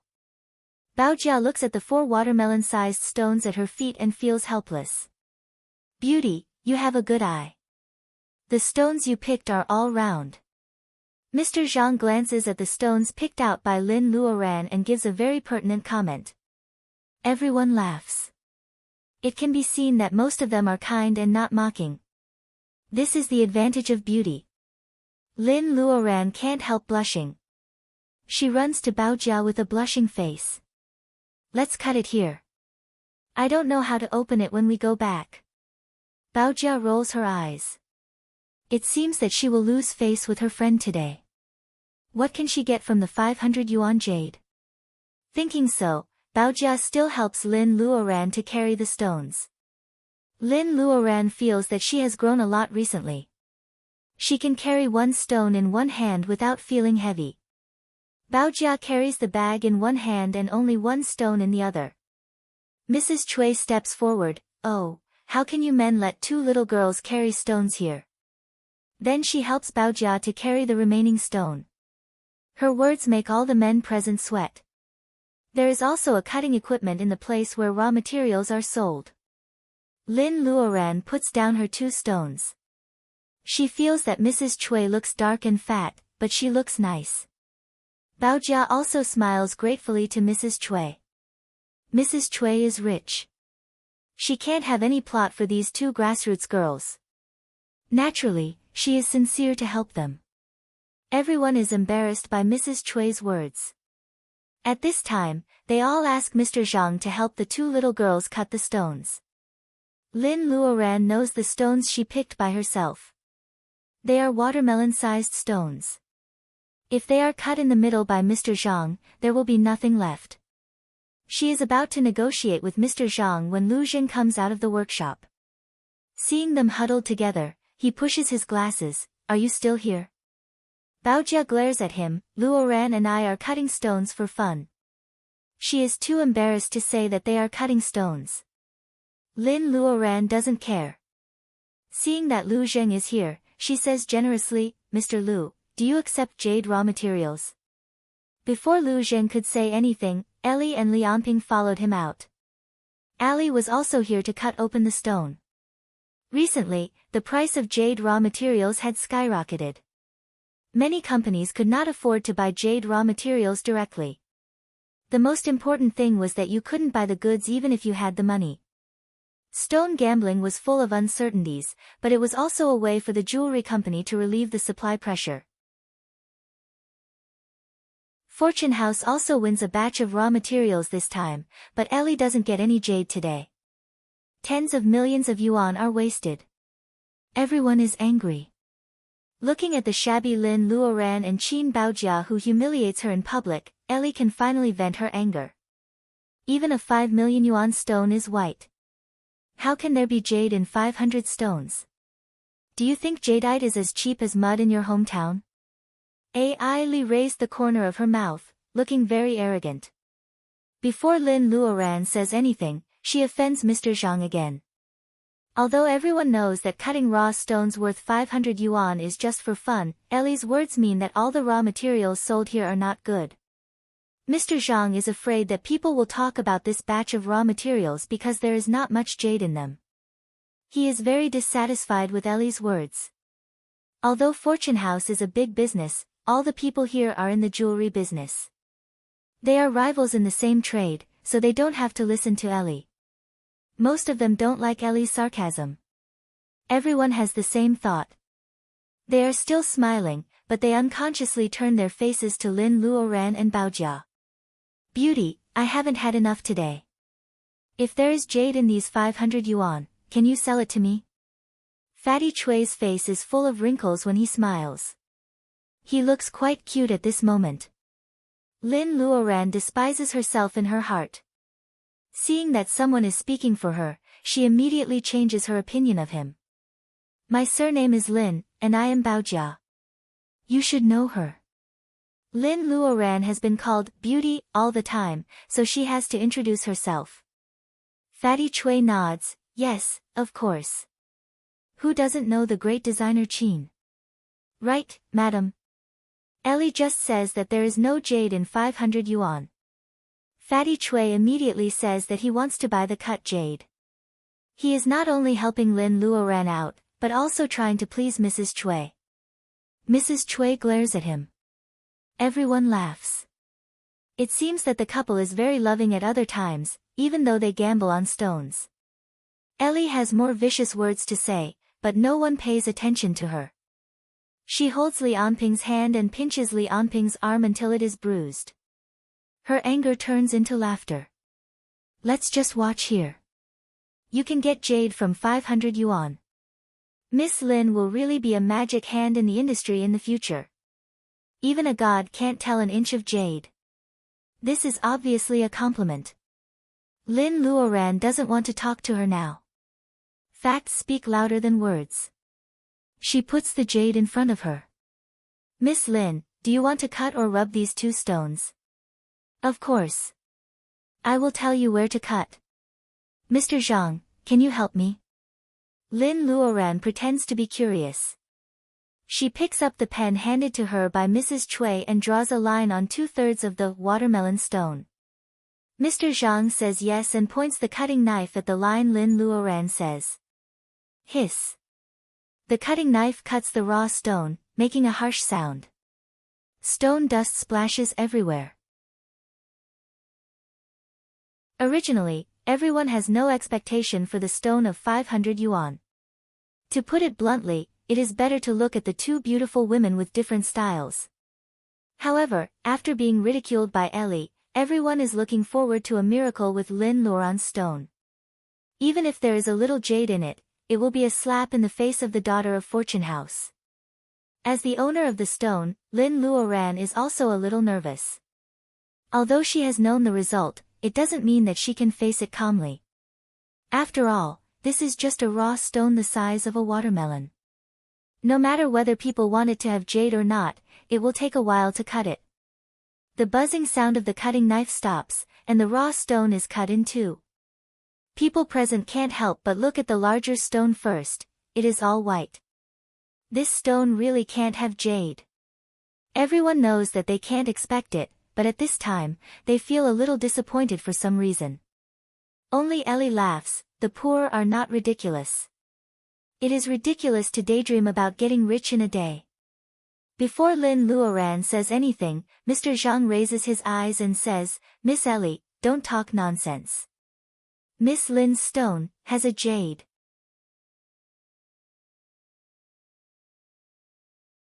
Chapter 12. Li Anping also frowns and says, Mr. Zhang, everyone can see it clearly. It's just a white stone. There is no green.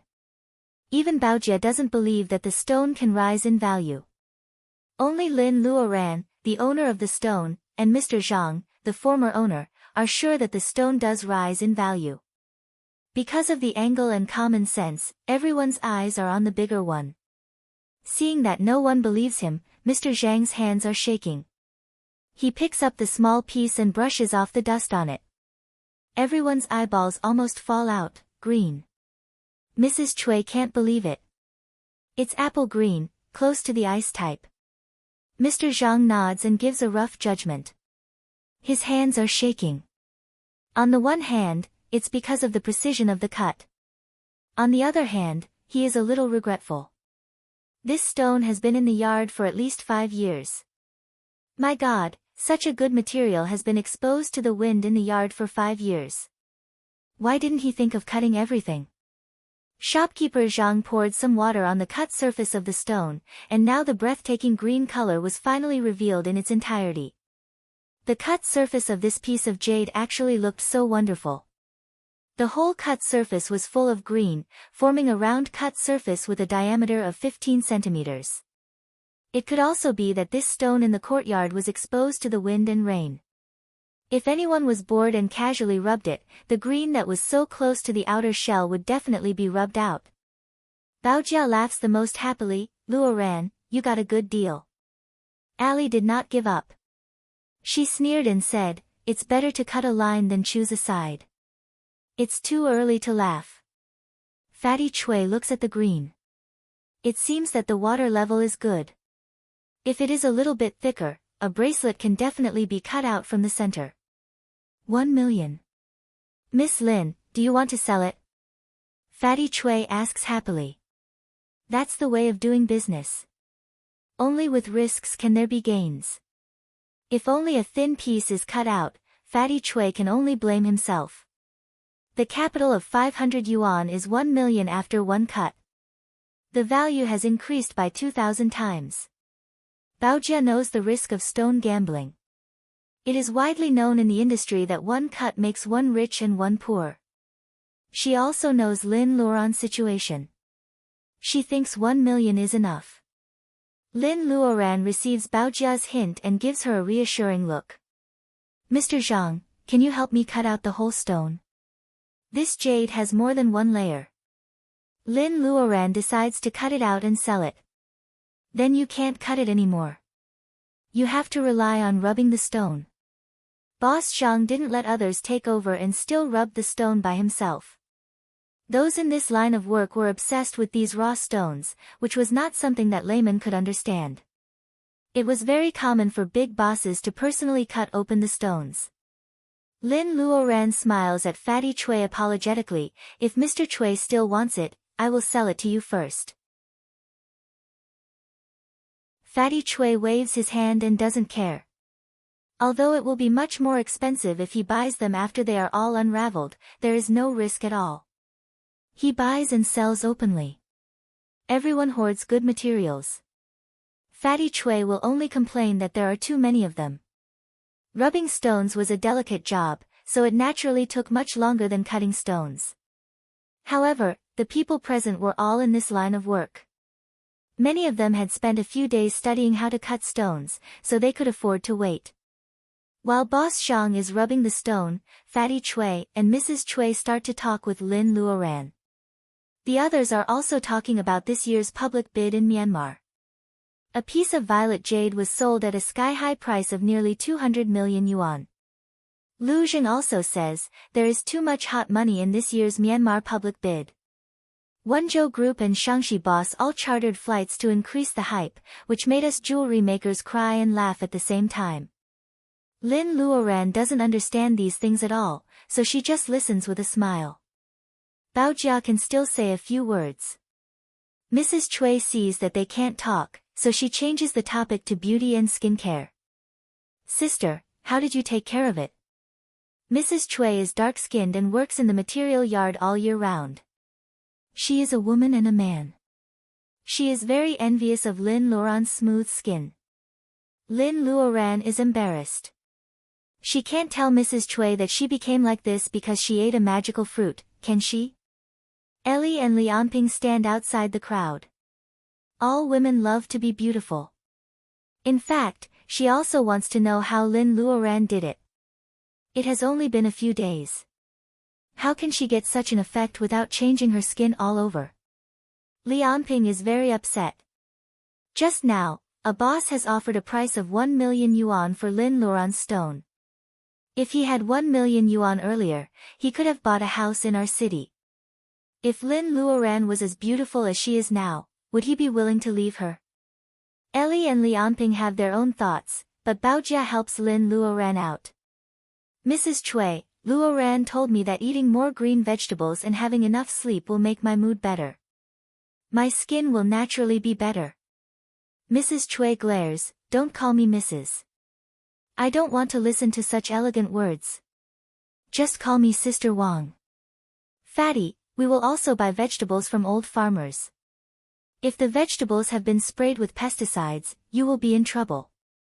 Mrs. Cui, no, Sister Wang not only sets the title, but also gives Fatty Cui a deadly task.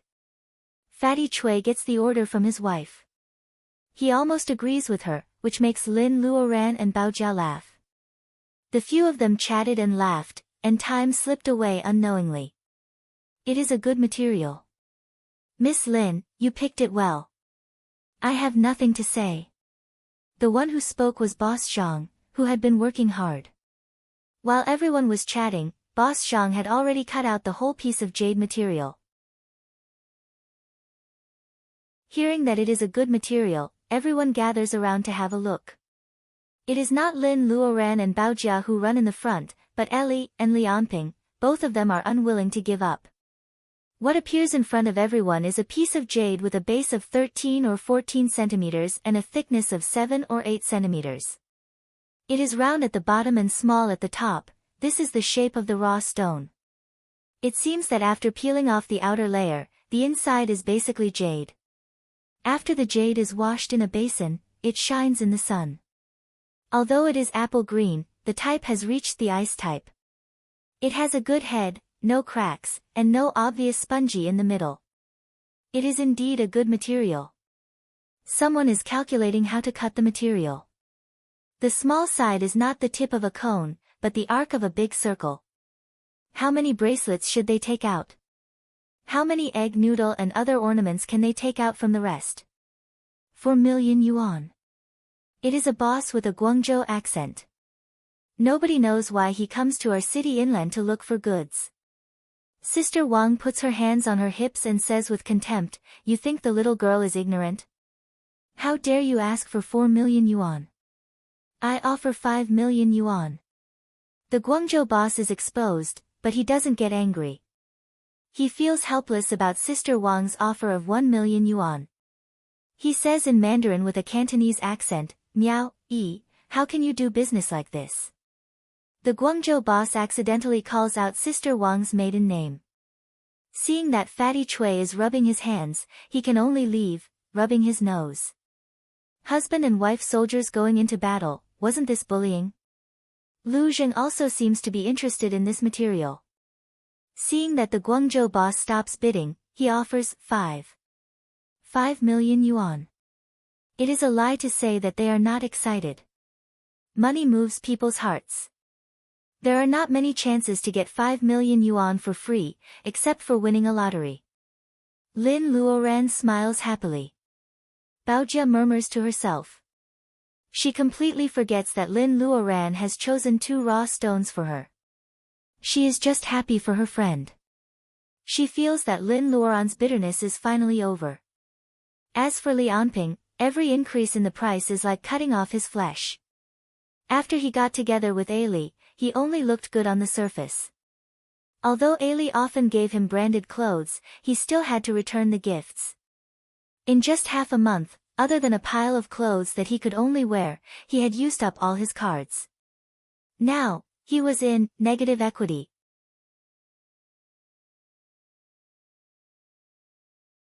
Chapter 13. Lin Luoran remembers that she promised to sell the jade to Fatty Cui first. She also knows that Fatty Cui and his wife are not in charge of the same business.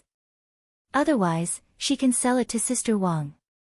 Lin Luoran smiles apologetically to her future boss, Lu Zheng, Mr. Cui, I've agreed to sell it to you. 5 million. What do you think? 5 million is the price offered by Wang Miao. Lu Zheng also offers 5 million. Lin Luoran still wants to sell it to Fatty Chui for 5 million because she is a trustworthy person. They are all businessmen. Honesty is the key to long-term business. Lu Zheng secretly approves Lin Luoran's behavior. Although 500,000 is not a lot, not everyone can turn it down in the blink of an eye. If they can't do it themselves, they will naturally admire those who can. This is a very simple truth. Ellie curls her lips in disdain. This woman is really good at behaving. She buys people's hearts with only 500,000. Li Anping thinks that the money originally belongs to him. Seeing Lin Luoran casually offers 500,000, he secretly scolds Lin Luoran for being a spendthrift and being ungrateful. Although Fatty Chui looks vulgar and wears a dazzling gold chain, he knows that Lin Luoran is so good at behaving, so he naturally can't be stingy. What kind of person do you think I am? Mr. Lu said 5 million. If I, Fatty Chui, buy it for 5 million today, the whole circle will say that I bullied the little girl tomorrow. Miss Lin, Sister Lin, 6 million is a fixed price. Consider it as making friends. Everyone is stunned. Only Wang Miao knows Fatty Chui best. She claps her hands and says, that's the son-in-law of the Wang family. Sister Lin, it's a deal. Fatty Chui argues in a low voice, she is the daughter-in-law of the Chui family. What else can Lin Luoran say when she meets such a generous couple? She sells the jade to Fatty Chui for 6 million, but she remembers this favor in her heart. Although Lin Luoran lives a poor life, online banking is a necessity in the metropolis. Fatty Chui receives the jade and transfers 6 million to Lin Luoran's account immediately. Lin Luoran counts a string of numbers in her account. The number starts with the number 6 and is followed by 6 zeros. Is she already well off? Everything that happened today is a little unreal. Lin Luoran is still in a daze. She finally feels it is real when she sees that the number of the account owner is her name. Baojia, cut your cloth, too. If 2 pieces of waste were to produce jade, it would be a bit shocking. However, the 2 of them were not earth-shattering materials, so they were not afraid of people coveting them. The most important thing is that Lin Luoran feels that she is walking on a completely different path from ordinary people. She will definitely go further and further in the future. Now, she is confident that she will not be afraid of people who want to harm her. Baojia is very happy for Lin Luoran. Hearing that Lin Luoran is going to cut the 2 pieces under her feet, she lets her be. Boss Zhang took a deep drag on his cigarette and patted the worker beside him.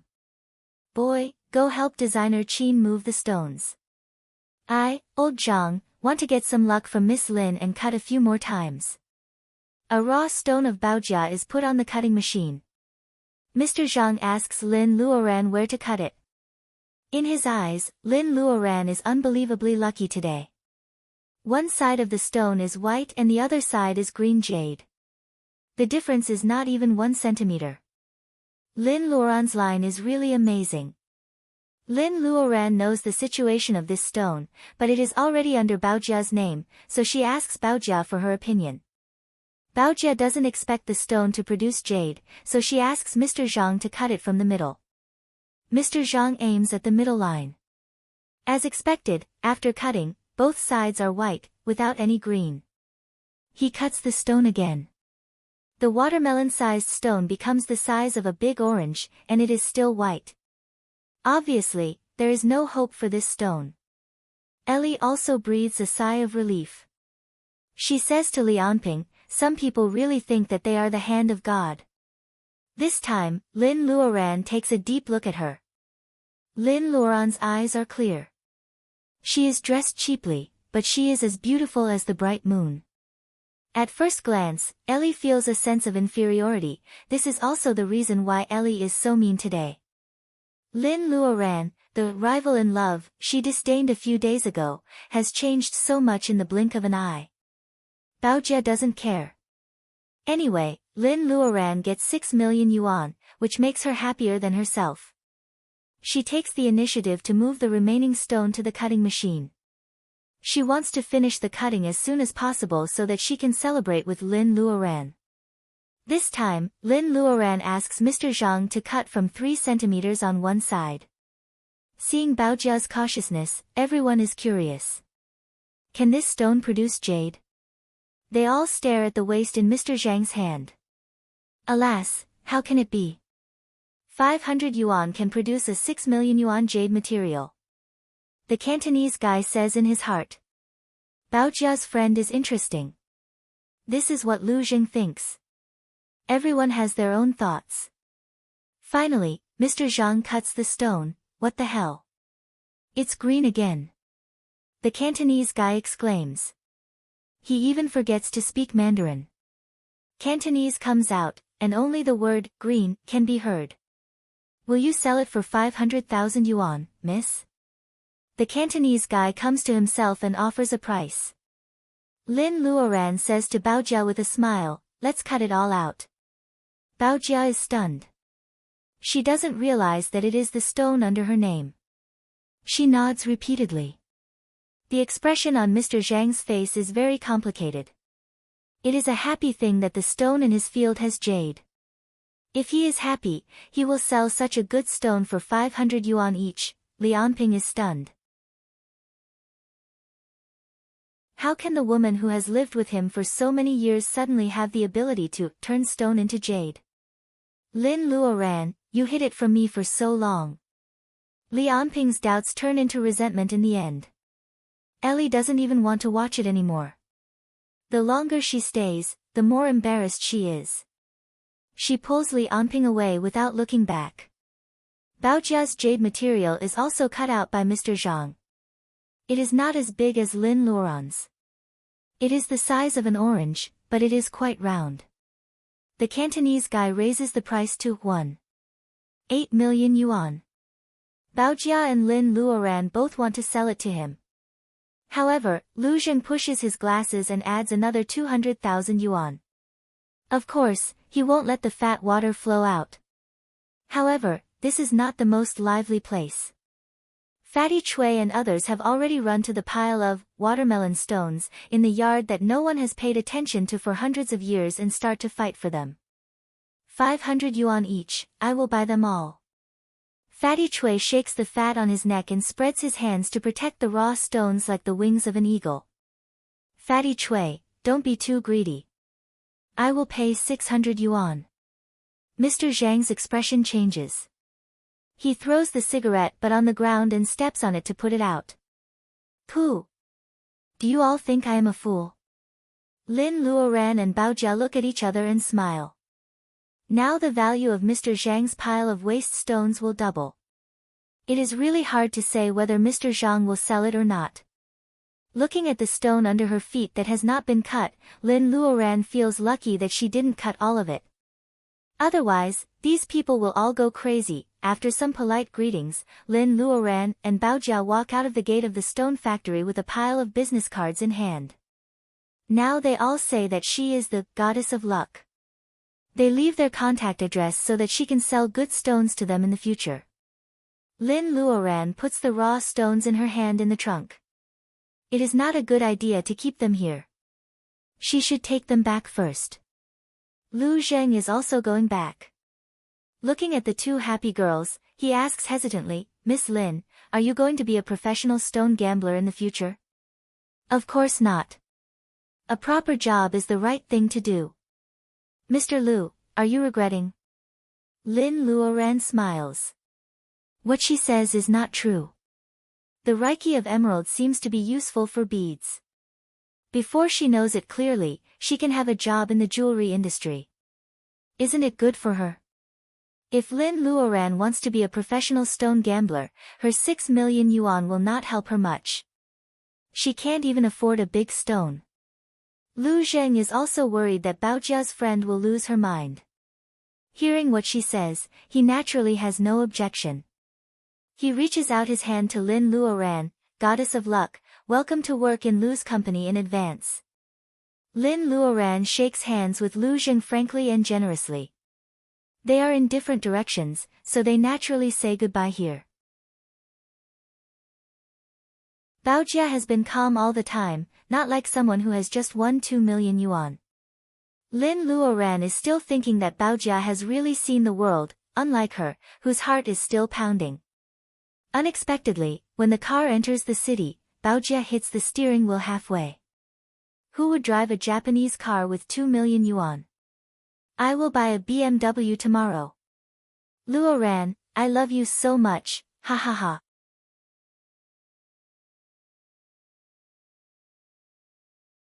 Chapter 14.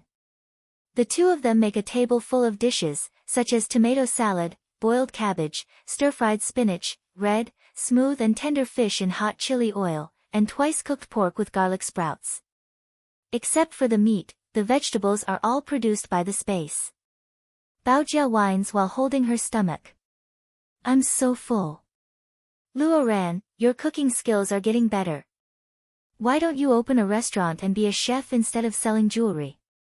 It's strange that the vegetables tonight are more delicious than the meat dishes. Is the vegetables Luoran gives her really different?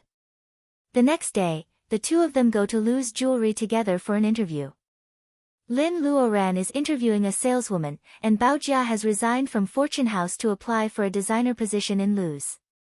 It's called an interview, but it's actually just a process. Lu Zheng has already told Lin Luoran about her job, so his staff won't make things difficult for her. However, she has no working experience, so she can only get the internship salary at the beginning, which is only the basic salary. Lin Luoran also knows her own situation, so she is not reluctant at all. It's true that she can detect Reiki, but she knows nothing about customer psychology and sales promotion. It would be strange if she doesn't receive training. As for Baojia, she is famous in our city. She can be regarded as a local talent in jewelry design. Luz welcomes her in business, not to mention her personal friendship with Lu Zheng. The two of them pass the interview easily. Because it's Friday, the company tells them to start work next Monday. The weather in our city in late autumn is pleasant as long as it's not windy. The warm sun shines on them. There are many cheap snacks on the street. Our city is famous for its beautiful girls, but it's true that girls are short. Lin Luoran and Baojia are 168 centimeters and 170 centimeters respectively, and they stand out in high heels. The two beautiful girls are walking on the street, eating wolf-teeth potatoes, and sticking out their tongues because of the spiciness, which attracts the attention of countless passers-by. Baojia, are you really going to change your car? Lin Luoran fans her tongue and asks indifferently. Baojia also drinks a mouthful of juice because of the spiciness. She corrects, thanks to you, I've made a fortune. I'll feel uneasy if I don't spend it. Besides, it's not me who wants to buy a car, but both of us. Do you understand? Lin Luoran is still hesitant. Isn't it too ostentatious to buy a car after making a small fortune? Baojia sees that she is tempted, so she adds, think about it. If you have a car, you can go to see your parents on weekends. You don't have to worry about transfers, and you won't be late for work. How convenient it is. Lin Luoran is silent. In the past, in order to support Li Anping's education, she was willing to split $1 into two. Besides, although her hometown is not far from our city, it takes her 3 or 4 hours to get home from our city. She was in a hurry every time she went back. Later, in order to save money, she went home less often. Now that she thought about it, for such a man, she was not stupid, but very stupid. It was obvious that Li Anping couldn't afford to go to school, but his mother had the nerve to cry in front of her, asking her to give the opportunity to study to her son, but now, there is light at the end of the tunnel. Lin Luoran forgets about the past and realizes that Baojia's words are all on her mind. She just wants to buy a car. There is still a stone to cut. If she is out of money, she can cut it and sell it after the wind blows over. If it doesn't work, she still has the space. She can work hard to sell vegetables for the sake of living. Let's go buy a car. Baojia laughs. A man with a beer belly on the roadside is so surprised that he almost bumps into a telephone pole. They make a decision. One buys a car, and the other changes a car. Baojia says she wants to change a BMW. They go to the BMW 4S store in our city. There is a new store at the Lioli overpass on the East 3rd Ring Road. Baojia has been there for a long time. This is the closest place to them, so they take a taxi and go straight to their destination. It only takes them 10 minutes. Fortunately, the salesgirl is not as snobbish as described in novels. Although Lin and Baojia come by taxi, the salesgirl dutifully introduces various models to them after hearing that they want to see a car. Baojia's requirements are easy to satisfy. She has wanted a convertible for a long time. Miss Chin, according to your requirements, you can consider our BMW 3 Series hardtop convertible. It will cost more than 700,000 yuan if it is imported. Its appearance is also suitable for young people. The car insurance and interior decoration will only cost more than 700,000 yuan. The salesgirl says, only about 700,000 yuan, lightly. Lin Luoran is speechless. Just one day ago, she only had more than 1,000 yuan, let alone 700,000 yuan. The salesgirl shows them the car. Since it is a new store and it is still in the period of developing customers, this 4S store does not have unspoken rules such as picking up the car at a higher price. The salesgirl says that they can pick up the car right away. The price is acceptable to Baojia, and it is the model she likes. There is no need to hesitate. Baojia immediately decides to buy this car. The salesgirl is dizzy. She is about to take Baojia to pay and pick up the car. Baojia stops her. My friend also wants to buy a car. We can pay together later. It is convenient. The salesgirl can't help but look at Lin Luoran. Baojia is imposing. Lin Luoran is wearing ordinary clothes. Although she is beautiful, she doesn't look like a person who can buy a BMW. The salesgirl always thinks that she is just a foil. However, Lin Luoran's temperament makes people feel comfortable. The salesgirl has been nice to her since the beginning. Now she feels lucky. You really can't judge a book by its cover. If she is not careful enough, she will lose 1 or even 2 commissions. Miss Lin, what kind of car do you like? Hearing that Lin Luoran wants to buy a car, the salesgirl smiles more sincerely. Well, Lin Luoran really doesn't know much about car models. It is not her fault. She used to be far away from owning a house. How dare she hope to have a car? Naturally, she doesn't care much about these things. A car with more space can run on a bad road. I only have these 2 requirements. Can you recommend some cars for me? More space is more convenient for Lin Luoran and Lin Luoran. She can't get a single-door sports car with only 2 seats. It is better to have a high place. When they are close to their hometown, there is a long bad road. This must be taken into consideration. Hearing that there is no price limit, the salesgirl's eyes light up. However, she thinks that Baojia chooses a car with a price of more than 700,000 yuan. Seeing that they are close, she recommends a BMW X5 with a similar price. This X5 ordinary off-road vehicle recommended by the salesgirl is priced as high as 800,000 yuan. Plus other things, it will cost more than 800,000 yuan to buy this car. Lin Luoran has 6 million yuan in her card. Although she won't spend it recklessly, she is confident to pay more than 800,000 yuan. Anyway, she doesn't plan to change cars in a short time. Lin Luoran only thinks for a while and decides to buy this car. Baojia smiles. Your driver's license hasn't expired, right? The C1 driver's license is now renewed every 6 years. Lin Luoran counts the days and finds that it has only been 2 years since she got her driver's license. She nods to show that it is okay. That's good. We can drive the new car back in a while. Baojia makes a decision and chooses a blue car. Lin Luoran chooses a silver-gray one because it is resistant to dirt. As long as it is convenient to pay, the car dealer will do the job more quickly. Lin Luoran drives the new car carefully through the traffic. It takes her less than an hour to choose a car. Baojia dodges left and right, moving freely in the traffic. Lin Luoran is mocked by her as a snail driving a BMW.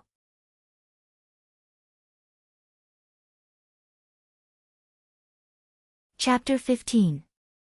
Grandpa, please let me go. That thing is really lost and can't be found. The tall man, or Mu Tian-nan, the new regional manager of Yifeng Seed Company, is bowing to the phone, as if the person on the other side of the phone can see his expression. He is making the call in front of the store. The fat salesman, who has lost the ginseng seed, sees his bowing and bowing. He is even more anxious. Ah, Manager Mu is really a good man. He is willing to take responsibility for an employee like me. The fat salesman is afraid of being punished by the head office, but he can't help looking at Mu Tian-nan who is answering the phone. Just like Mrs. Xianglin, he says in his heart, Manager Mu is handsome and kind-hearted. He is really a good man. Mu Tian-nan, who doesn't know that he has been given a good man card, has no time to care about the thoughts of his salesman at this moment. He is now deeply troubled by the old man on the other side of the phone. I didn't get it even if you kill me. Mu Tian-nan loses his patience when he thinks that his sentence may be increased by a few years because of this reason. Bastard, you don't take me seriously. I'll break your legs. Mu Tian-nan's roar comes out of the phone, which makes people's ears ring. He shrinks his head and wants to throw the phone away. However, when he thinks of his father's temper, his courage disappears. Are you kidding me? If the old man is only hot-tempered, then his father is cruel. It is this tyrant who dragged him out of his comfortable home in New York and sent him to our city, an inland city. My blondes, I miss you so much. Mu Tian-nan wails in his heart, but he says flatteringly, Grandpa, please give me some time. I can find the ginseng seed once, and I can definitely get it again. You must believe me and put in a good word for me in front of my father, ha. Sigh. A sigh came from the other end of the phone. Don't try to fool an old man like me. Even if our Mu family mobilizes manpower to look for 100-year-old ginseng deep in the mountains, how can we be as lucky as last time and find one with seeds? Mu Tian-nan notices the loneliness in his grandpa's voice. He blames himself for being too careless. He says seriously, can't we just use that wild ginseng? Logically speaking, the medicinal power of ginseng is stronger than the seeds. When he said this, he lowered his voice and returned to his office on the second floor, not knowing if it was related to confidential matters. Everything in the world has a spirit. Ginseng's spiritual energy is fine for ordinary people, but for your Grandpa Gua, it's too strong. You have to know that his meridians can't withstand the torment. When the voice on the other end of the phone said this, there was a hint of loneliness. Grandpa Gua, the powerful man who used to carry me on his head, laugh loudly, and eat meat, has his meridians been damaged to the extent that he can't stand a 500-year-old ginseng? Mu Tian-nan murmurs to himself. What can he do for the older generation? And her grandfather, the omnipotent grandfather in her memory, was he going to face the same situation as Grandfather Gua? Mu Tian-nan can't even promise. For a moment, the grandfather and the grandson are silent, and the atmosphere is very depressing. Finally, the other side hangs up the phone first. Beep, beep. Listening to the busy tone from the phone, Mu Tian-nan has long lost his usual playboy look. He knocks on the desk with his slender fingers. After thinking for a while, he takes a piece of ordinary A4 printing paper from the drawer, sharpens a pencil, and begins to draw. With 2 simple strokes, he draws the outline of a side face. After a while, the long hair that reaches to the waist is also rudimentary. Nose, mouth, ears. Mu Tian-nan draws smoothly based on his memory. Only when he draws the eyes, he pauses. It seems that he has some difficulty. After making some changes, Mu Tian-nan picks up the phone on the desk and calls Xiao Yuan downstairs. Xiao Yuan is the slightly chubby salesperson. Her round face is cute, which matches her name very well. Being suddenly summoned by Mu Tian-nan, Xiao Yuan can't help but feel her heart beat faster. She doesn't know why the manager wants to see her. Manager Mu. Xiao Yuan's voice is timid, which is very lovable. Come in. Mu Tianan is not in the mood to have tender feelings for the fairer sex, so he quickly asks her to come in. Xiao Yuan pushes the door open. Mu Tianan points at the paper and asks her to see. Hey, isn't this? Xiao Yuan is a little surprised. On this A4 paper is the drawing of Lin Luoran whom she has seen before. Although it is only a side face, Xiao Yuan still has a deep impression of Lin Luoran. Mu Tianan is about to breathe a sigh of relief when Xiao Yuan spits out another, but, which makes him worried again. But what? Mu Tianan is going to find Lin Luoran according to this drawing. It would be best if there is no difference. However, he only saw the side face that day. No matter how good the drawing is, it can only be like this. Vomiting blood, vomiting blood. Later, he will ask someone to install a camera. Although the seed company is a little remote, it needs a camera. Otherwise, it would not be so troublesome. Xiao Yuan hesitates, the eyes don't look like hers. The lady's eyes are so bright, yes, like stars. Xiao Yuan finds a suitable adjective and is also relieved. Mu Tianan frowns. He also feels that the eyes don't look like hers. At that time, he didn't feel it. Now in retrospect, he feels that her temperament is really special. It is really worrying that he can't draw it with pen and ink.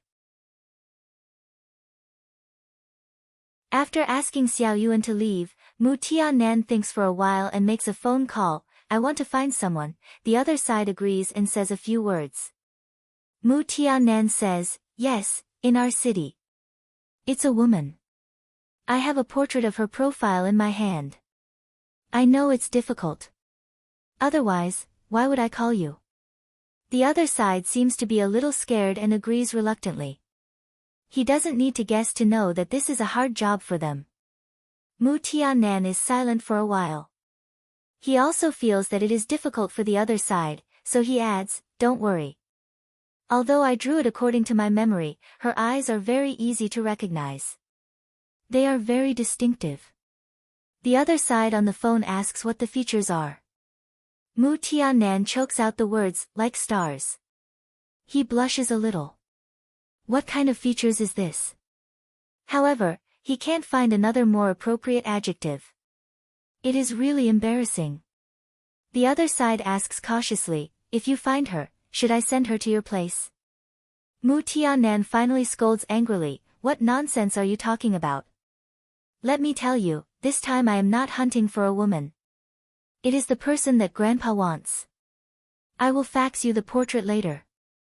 If you can't find her, you will suffer. Mu Tianan is very depressed to be regarded as a playboy who only knows how to hunt for women. He doesn't think that if he had not done so many bad things before, how could others have such a magical way of thinking? Lin Luoran, who makes Mu Tianan depressed, doesn't know that another playboy in our city is very depressed because of her. Even if she knows, she is not in the mood to care about it now.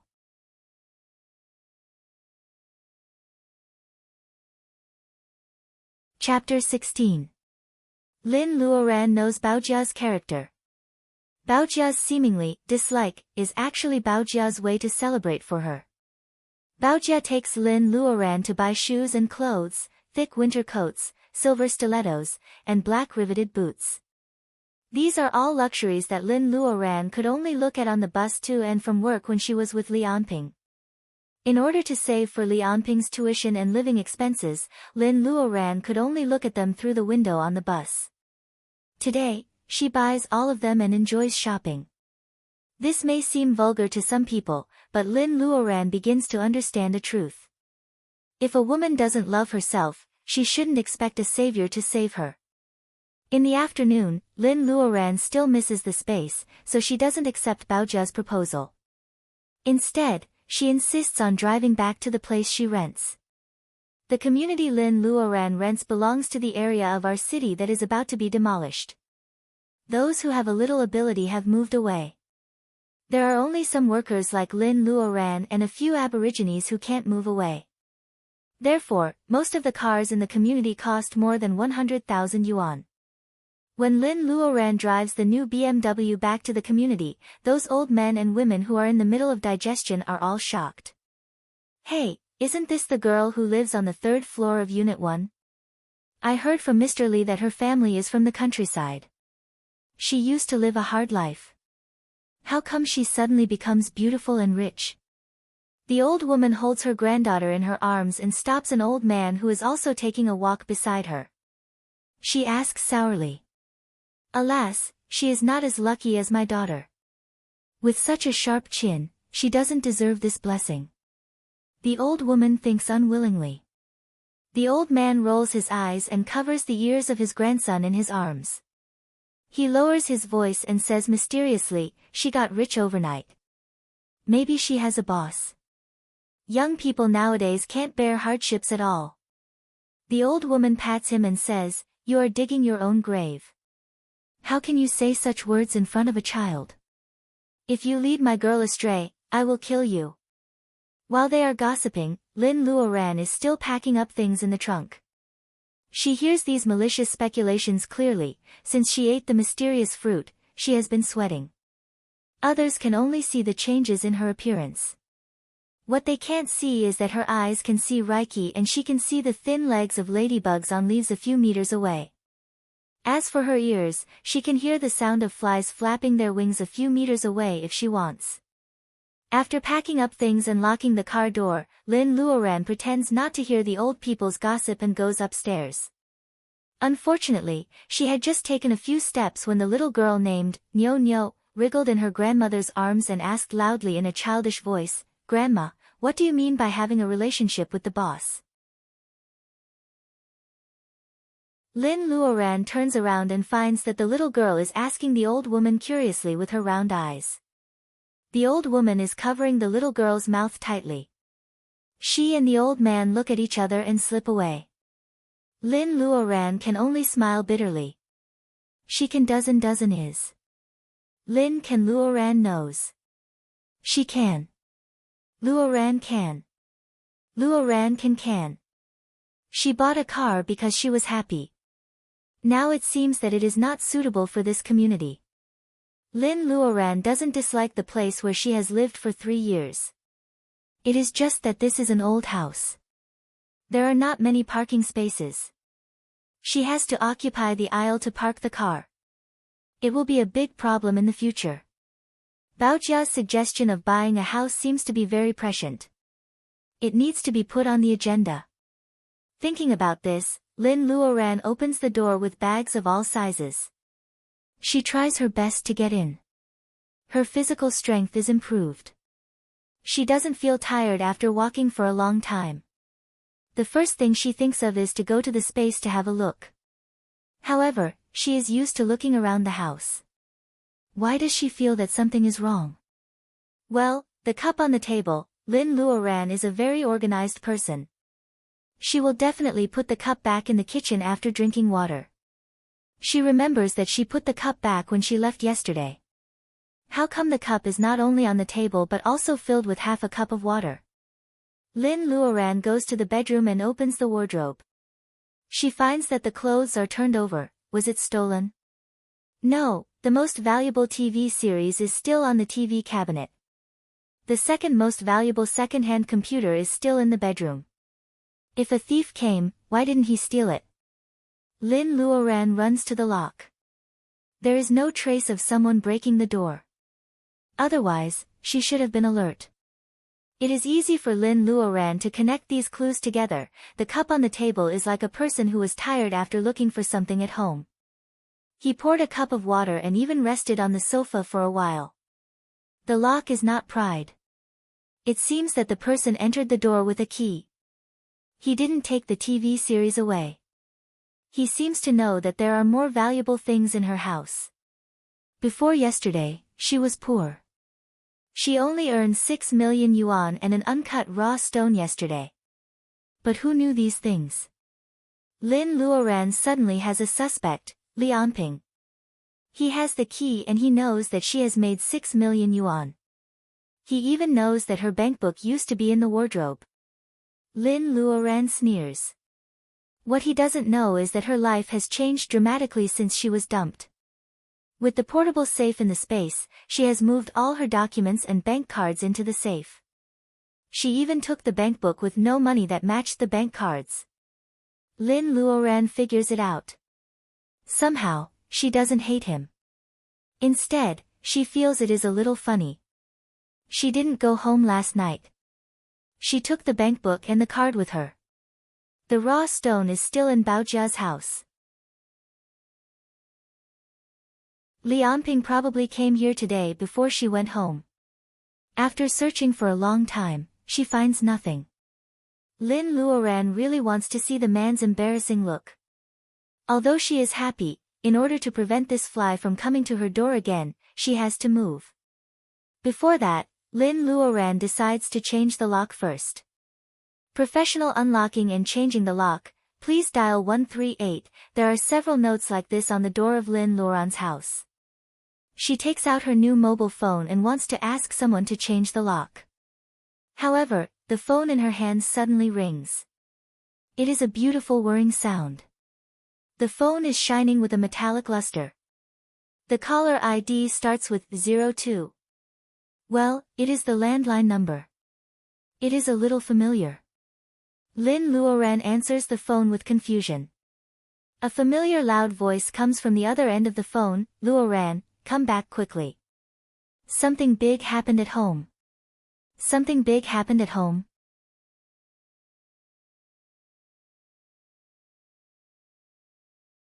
Chapter 17.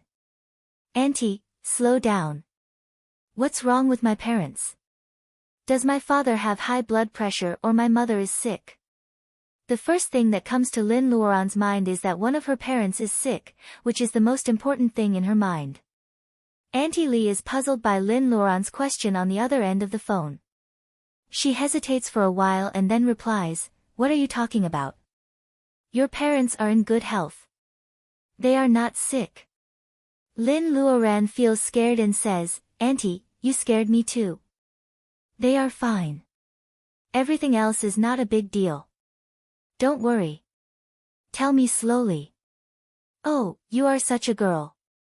Lianping's mother has been cursing you all afternoon. Do you think it is a big deal?" Although Auntie Li is from the countryside, she has a loud voice and speaks quickly. She tells Lin Luoran what happened in the afternoon in a few words. She is not the person involved, so she doesn't know the whole story. However, Lin Luoran's mouth is trembling and her chest is heaving. It is purely because of anger. Auntie Li adds, "Luoran, she said she will come again tomorrow. Do you want to come back and see her?" Lin Luoran tries to calm herself down. She thinks for a while and says to Auntie Li, "Auntie, I will come back as soon as possible. How about this? Don't tell my parents that I am coming back, in case they are worried. Let's talk about it when I come back." "That's good. That's good." Auntie Li hangs up the phone. Lin Luoran hangs up the phone and wants to call Baojia first. However, she holds back after thinking for a while. Baojia must be exhausted after a whole day's shopping. It is unreasonable for her to drag her back at night. Besides, what if Baojia is not around one day? Some things have to be faced and dealt with by herself. Lin Luoran has no time to change the door lock. She puts all the things she bought today into the space, takes the key, changes her shoes, and goes downstairs. It is not convenient to withdraw money in the countryside. Lin Luoran goes to the bank to withdraw some cash and put it on. She is not in the mood to choose a gift. She turns on the GPS and drives back to her hometown. She sped up along the way. Perhaps it was because of the good coordination after her marrow cleansing, she sped along the way without any mishaps on the highway. Looking at her watch, it was only 6:30. She actually arrived at her hometown safely in an hour. Lin Luoran's hometown is a place where it rains at least 200 days out of 365 days a year. The air is always wet. Lin Luoran's home is in the countryside, which is more than 10 kilometers away from the county. The last part of the road is full of gravel and mud. In the afternoon, the wheels of the car will get stuck in the road. Lin Luoran thinks that she can get back home before dark, so she is not in a hurry. After all, Lin Luoran, Lin Luoran with the road. At this time, she calmed down. Li Anping's mother said that she would come to visit tomorrow, so she couldn't rush back now. Li's thinking. Li's with Li's. She, Li, and, Li, Lin Li, and Li, Li's. Luoran. She. Li. In terms of effect, these supplements may not be as good as the vegetables produced in her space. However, there is no shortage of farm vegetables in the countryside. It is too insincere to give them to others, and others can't see that they are special. As soon as Lin Luoran enters the village, she meets a woman with a big mouth. If she pays attention to her, her reputation as a nouveau riche will spread in the village in an instant. If she ignores her, well, arrogant will be added in front of the nouveau riche. Sister Li, are you picking scallions? Lin Luoran rolls down the window and greets the woman called Sister Li with a smile. Sister Li is holding a handful of scallions in her hand. She is about to go home and eat a bowl of noodles. She sees a car that looks very high-end sliding by the entrance of the village. She is wondering whose rich relative it is. Suddenly, the window is rolled down and Lin Luoran's face is different from before. It is dark and Lin Luoran's temperament has changed greatly. If she doesn't hear the voice, Sister Li won't dare to recognize her. Sister Li widens her eyes and the mole at the corner of her mouth trembles exaggeratedly. Isn't this the girl of the Lin family? Oh, you are rich. You still remember me. You are not as rude as others. Lin Luoran knows that she can't stop once she starts to talk.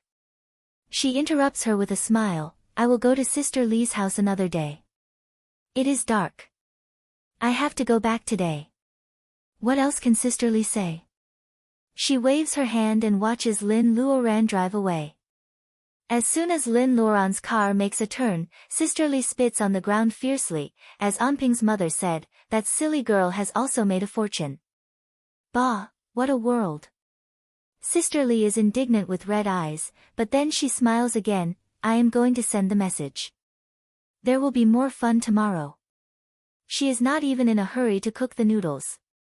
She holds the handful of scallions and goes to Li Anping's house in the east of the village. When Lin Luoran arrives home, her parents haven't made a fire to cook yet. They hear the sound of a car outside the yard. They don't know what is going on, so they come out with doubts. It's strange. Why is such a car parked in their yard? Mr. and Mrs. Lin are both honest country people. They just think it is a passerby. Lin Luoran gets out of the car and shouts, Dad, Mom, I am back. Mr. and Mrs. Lin just realize that the girl in front of them, who drives a good car and wears a wool cardigan, is not their daughter who hasn't been home for a few months. There are no parents who don't look forward to their children coming home. Mr. Lin is dull. He is so happy that he doesn't know what to say. Mrs. Lin pushes him, and then he remembers to help his daughter move things. By the electric light under the eaves, Mr. Lin looks at the cigarettes and wine in his hand. They are all good cigarettes and wine. These are good things. There are not many people in the village who can afford to enjoy them. My daughter is so filial. Mr. Lin grins happily. Mrs. Lin thinks more deeply. These cigarettes and wine are not cheap. Her daughter buys so much and drives a car back. Where does she get the money? Could it be that Anping's mother was right? Mrs. Lin's heart is like a bucket in a well. Seeing that Mr. Lin is still moving things into the house, she can't help holding Lin Luoran's hand and whispers, Luoran, you have to tell me the truth. Where did you get this car? Where did you get so much money to buy these? I know how much money you make every month.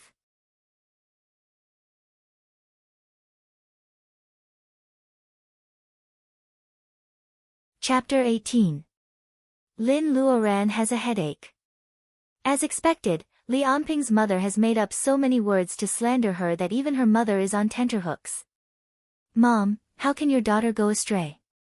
You don't believe your own daughter but others. I earned my money by myself. I got it legally. I'll tell you the details after dinner, okay? Mrs. Lin is worried. Lin Luoran won't be angry, so she takes the initiative to explain and promise. Mrs. Lin wants to say something, but Mr. Lin finishes the last bag of beef and says impatiently, isn't she tired after driving for a long time? Let's talk after dinner. At this critical moment, Mr. Lin is the head of the family. Mrs. Lin stops talking and the three of them go to the stove to cook. Mrs. Lin cuts vegetables, Mr. Lin stir-fries, and Lin Luoran keeps the fire. The division of labor is as clear as before. Mr. Lin is different from other men in the countryside. He never thinks that his wife should do all the housework. He is even better than Mrs. Lin when it comes to cooking. Looking at the vegetables Lin Luoran brings back, Mrs. Lin says, there are all kinds of vegetables at home. Why did you waste your money? These are all vegetables from the space. Lin Luoran can't say it clearly, so she says, Mom, this is a new variety. It's not easy to buy it outside. Mr. Lin takes a piece of celery and puts it into his mouth. It is crisp and a little numb. His mouth is full of saliva and he keeps nodding, the vegetables brought by my daughter are really better than those grown in our family. It is her filial piety. Why do you always criticize her? Lin Luoran sees her father blinking. Just like when they were little, they easily formed a front to fight against Mrs. Lin. In the eyes of others, Mr. Lin is honest and inarticulate. Only in front of his daughter, he shows his smart side. Looking at the wrinkles around his eyes and his gray hair when he blinks, Lin Luoran's eyes turn red. Her father is only in his 50s, but he has been tortured by life. Lin Luoran can't let them suffer anymore. Lin Luoran lowers her head to make the fire. She hides the tears in her eyes and secretly makes up her mind that she will not let her parents work hard day and night. Mr. Lin pours oil into the pot and takes over the celery cut by Mrs. Lin. He is about to cook stir-fried beef with celery when he hears the noise in the yard. The family of three can't help but stop. The Lin family was a small family with a single door. The walls of the courtyard were all made of fences, so any movement could be easily seen. While the family of three was cooking, so many people came to the yard. Li Beiji, together with her 2 children and other children in the village, 7 or 8 of them are curiously touching the car that Lin Luoran drove back. There were also countless onlookers standing outside the fence, sneakily looking around. No one knew what they were up to, or if they were just here to watch the show. The old woman standing in the courtyard was small and inconspicuous. She was Li Anping's mother. Seeing that Li Anping's mother, 2 daughters, a son-in-law and several brothers are blocking her yard, Lin Luoran sneers. They are taking advantage of the fact that Lin Luoran's family doesn't belong to the Li's village. In-law, what are you doing? Let's talk in the house. Seeing so many people in the yard, Mrs. Lin is afraid that the Li's family would make a big deal out of this. She wants to make peace. Mrs. Li's throat rumbles and she spits out a mouthful of phlegm. Who is your in-law? We don't have such a shameless daughter-in-law. She has money but doesn't support her family. I don't know who she is. Anyway, I don't know where the bitch gets her money. You can ask your daughter if she has a boss and abandoned my Anping. Even the engagement bracelet was taken back by her. Mrs. Li's words are sarcastic, which makes the onlookers boo loudly. Mrs. Li is very proud. Your family fled from the Li's village and came here. Who knows what kind of people your family is? You have such a shameful daughter. Like mother, like daughter. Mrs. Lin doesn't know what to say. She looks at her daughter incredulously. Lin Luoran is stunned for a moment. She looks at the old woman in front of her. She has several children, but Li Anping is the only one who went to college. The others are all daughters. She sacrificed her future for Li Anping. She used to be kind to Lin Luoran. She said to Lin Luoran, Amping went to college, so you went to college. Don't worry, girl. If he doesn't treat you well, I will break his legs. Now, Lin Luoran remembers that when she just broke up with Li Anping, she called him aunt on the phone. Li Anping's mother screamed, "Who is your aunt? I'm telling you, you stinking girl, don't even think about pestering my son. My son is a graduate student. Why don't you take a look at yourself first?" Lin Luoran doesn't remember how she felt when she hung up the phone. She only knows that she is very, well, angry. She is angry. She is angry that she was young and inexperienced. She is angry that she was soft-hearted. She is angry that her parents were manipulated by reason. She is angry that Mrs. Li behaved differently and that Li Anping changed his mind. However, what Lin is really angry about is herself. She didn't know Mrs. Li well and let her parents endure the humiliation today. Lin Luoran pulls away her parents and asks them to let her handle it. She looks at Mrs. Li who is spitting and asks, "What do you want?" Mrs. Li and her family look at Lin Luoran and feel that the Lin family is easy to bully. Before Mrs. Li says anything, Li Anping's sister steps forward. "What do you want? Give back your bracelet. You can regret the engagement, but the bracelet belongs to my family." Li Anping's sister has been drooling over the silver bracelet for a long time. She doesn't dare to take it from her brother. Otherwise, she will be beaten to death by her mother. Li Anping says that the bracelet is worth at least 30,000 yuan. His sister is even more jealous. Sister Li Anping looks at Lin Luoran proudly after saying this. Unexpectedly, her mother pulls her and she almost trips over. The bracelet is won. We have been engaged for so many years. How can you just call off the engagement? What do you think the Li family is? What do you think the whole Li's village is? I heard that you are rich now. You have to compensate us for our loss. This is what Mrs. Li thinks. Since her son called her in the morning and told her that Lin Luoran was rich, Mrs. Li feels that she can't let her go so easily. She has to extort money from her. She has a good plan. The Lin family has no foundation in the Li's village and no one will help them. After all, Lin Luoran is a shy girl. She can do whatever she wants.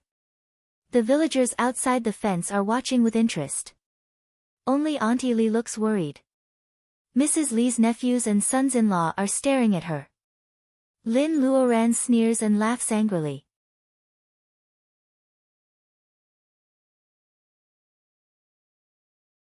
Chapter 19. Who said I am going to break off the engagement? Lin Luoran asks. Mrs. Li doesn't know what to say. The villagers point at Lin Luoran. They all say that Lin Luoran has an affair with a graduate student. How shameless she is. Mr. Lin looks for a stick to beat those gossipy women. Mrs. Lin looks at her daughter eagerly. Lin Luoran straightens her long hair that reaches her chest. She is standing there calmly, but all the bachelors in the village are staring at her. Mrs. Li doesn't know what to say. Why doesn't Lin Luoran break off the engagement? Although she is not a rich girl in the city, she can't make a decision until she gets married. Amping says that Lin Luoran has made a fortune. Mrs. Li can consider it. Mrs. Li made up her mind in an instant. She was proud of her son's charm at the same time. Mrs. Li thought to herself. Little girl Lin, if you repent, this old woman can still make the decision to let Amping forgive you. Mrs. Li squints. She says she will forgive Lin Luoran, but her attitude is arrogant. It seems that her concession is a great grace to Lin Luoran. Mr. Lin puts down the broom in his hand. A good girl doesn't marry a second husband. If Lin Luoran and Li Anping can be reconciled, Mr. Lin would like to see it. Mrs. Lin doesn't know what happened. However, seeing Mrs. Li's behavior, there is only one thought in her mind. Her daughter must have been wronged. Mrs. Lin trembles with anger and looks at her daughter worriedly. She wants Lin Luoran to reconcile with Li Anping, but the Li family is so arrogant now. Lin Luoran may be bullied when she marries them. The vagrants in the village covet Lin Luoran's beauty. Hearing Mrs. Li's words, they all laugh. Mrs. Li, didn't you say that Lin Luoran has a sugar daddy? If you persuade them to reconcile, your son won't look good. Haha. Lin Luoran looks at Mrs. Li with a gloomy expression. The laughing villagers and the arrogant Li family are putting on a show, aren't they? Of course I won't break off the engagement. Lin Luoran replies to Mrs. Li clearly. She doesn't say, it won't be so easy, in her heart. Mrs. Li and her eldest daughter look at each other and find joy in each other's eyes. Sure enough, the girl of the Lin family is still as cowardly as before. I don't know why An Ping said that she has changed. Sister Li licked her lips. Hand over the bracelet first, and I'll put in a good word for you in front of my little brother. What do you think? Mrs. Li's eyes bulge and she scolds the vagabond, there is nothing for you to do here. Go back and die. Lin Luoran ignores them and glances at the crowd. Sure enough, the village head has been hiding in the crowd for a long time. As an outsider, Lin Luoran doesn't expect the head of the Li's village to stop Mrs. Li's unreasonable behavior. In her opinion, it is not easy for the head of the Li's village to not help the Li's family to oppress her family. After all, the Li's village has the same surname. Lin Luoran instantly thinks of a way to disgust the Li's family. She says to Mrs. Li with a smile, I did make a fortune recently. Since I'm back today, I have to repay you well. Mrs. Li doesn't expect that things can be solved so easily. The little doubt in her heart vanishes in front of the money. The wrinkles on her face are all stretched out. Mrs. Li is wondering how much money Lin Luoran has now and how much money she needs. On the other side, Lin Luoran nods to the village head and smiles, Village Chief Li, I have something to discuss with you. Can we talk a little closer? The village head, who is called, is smoking a pipe in the crowd. He knows about the things between the Li's and the Lin's families. He is kind enough not to help the Li's family. At this time, the girl of the Lin's family calls him out in front of the crowd. The village head moves reluctantly. The crowd takes the initiative to make way for him, which shows his status in the village.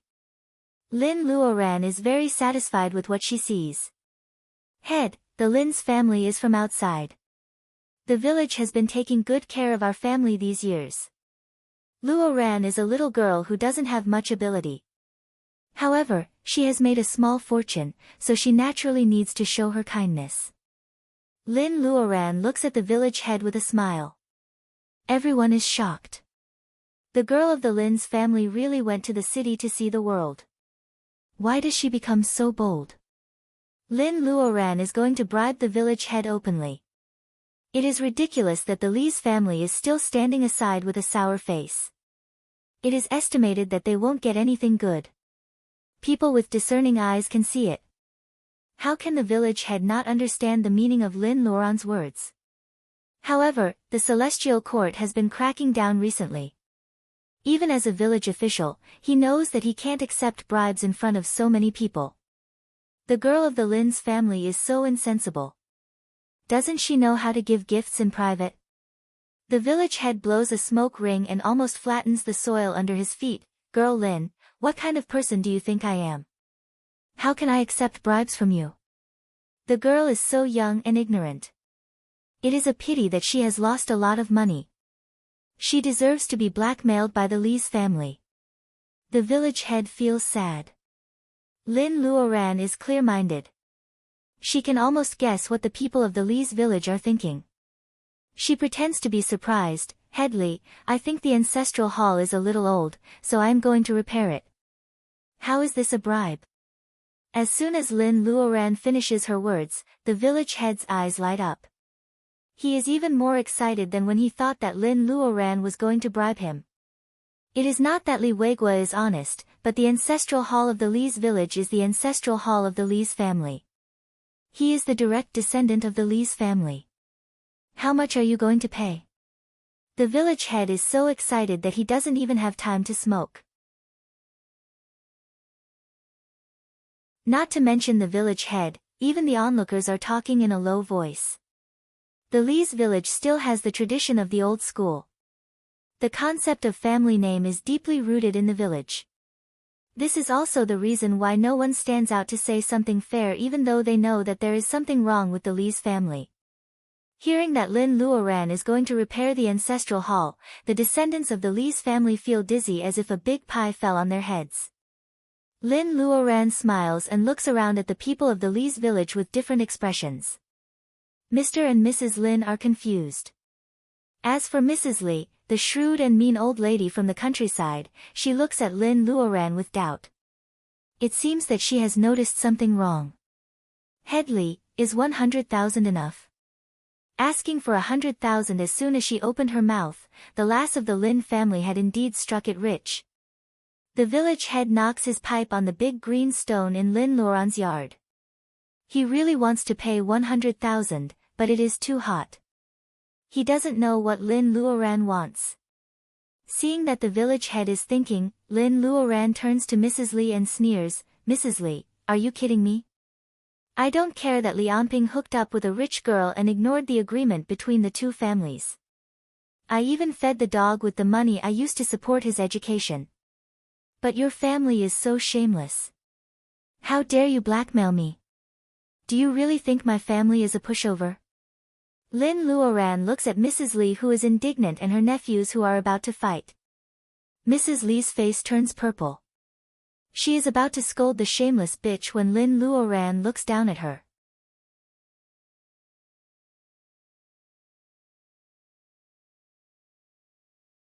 Chapter 20. Lin Luoran's eyes light up. She feels that Lin Luoran is about to fall under her shoulder pole.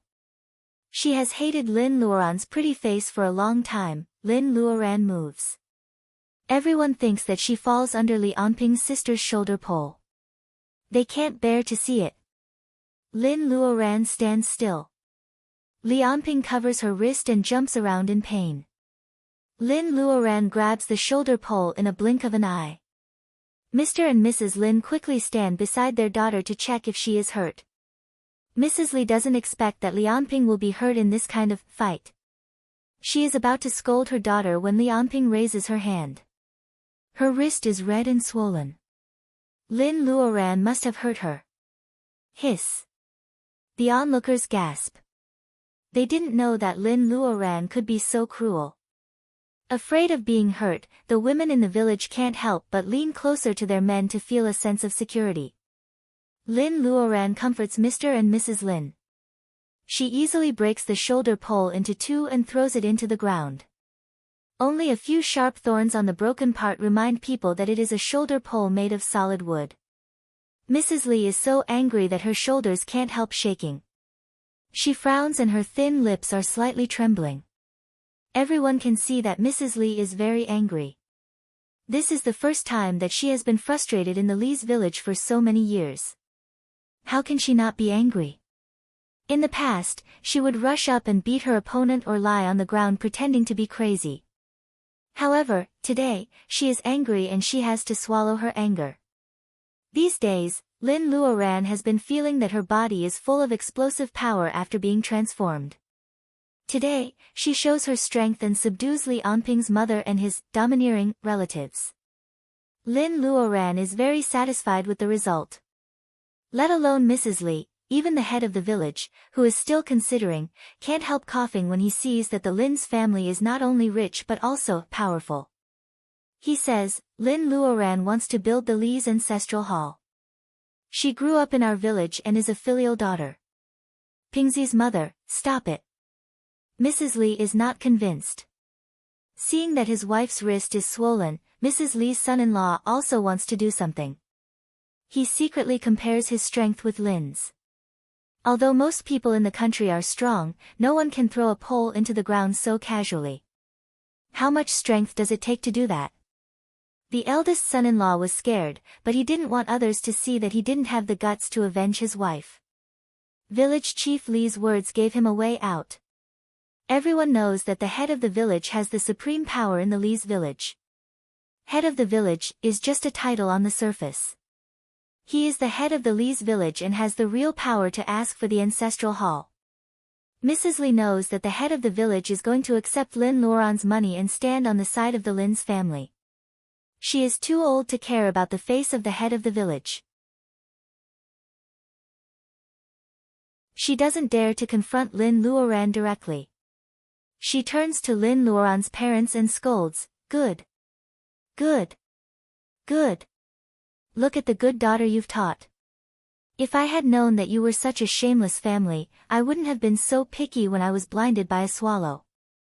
There were plenty of girls who wanted to marry you. Other girls aren't as virtuous as me. I didn't ask for a monetary gift, but you bullied my parents for being honest and forced me to drop out of school to support Lianping. I won't calculate living expenses with you, but I still have the receipts for all these years' tuition fees. Even if you go to heaven, I still have this money." Lin Luoran has made up her mind to solve the problem by herself. Naturally, she will protect her parents. Lin Luoran won't let Mrs. Li get what she wants. Lin Luoran knows that Lianping's mother is used to bullying the weak and fearing the strong. In fact, Lin Luoran was so focused on Lianping that she would never think of keeping the receipt of the tuition. Mrs. Li realizes that it is useless to be rude, so she turns to the head of the village and pretends to be pitiful. "Uncle Weigua, Lin Luoran is forcing me to die. She is bullying me because there is no man in my family." Mrs. Li tries to win the sympathy of the head of the village with tears and snot. She calls the head of the village uncle even though she is old. The head of the village has a high status in the village, so he is very knowledgeable. The Lin's family can afford the 100,000 yuan, so it must be protected. There are many people in the village watching. If the head of the village doesn't speak for the Lin's family, who will donate money to build the ancestral hall in the future? The decline of the ancestral hall is the decline of the ancestral hall of the Li's family, the decline of the head of the village, and even the decline of the Li's family. Seeing that Uncle Weigua doesn't say anything, Mrs. Li knows that he is blinded by the 100,000 yuan. She immediately rolls on the ground. The dust covers her old face, which is full of tears and snot. With her rolling on the ground, she looks like a skillful clown. The onlookers are enjoying it. Mr. and Mrs. Lin are speechless. They are both regretful and lucky. Fortunately, their daughter doesn't have to marry into the family of Lianping's mother in the future. Looking at Mrs. Li, who is rolling on the ground, the head of the village doesn't feel that she is filial. Instead, the head of the village feels that his authority is being challenged.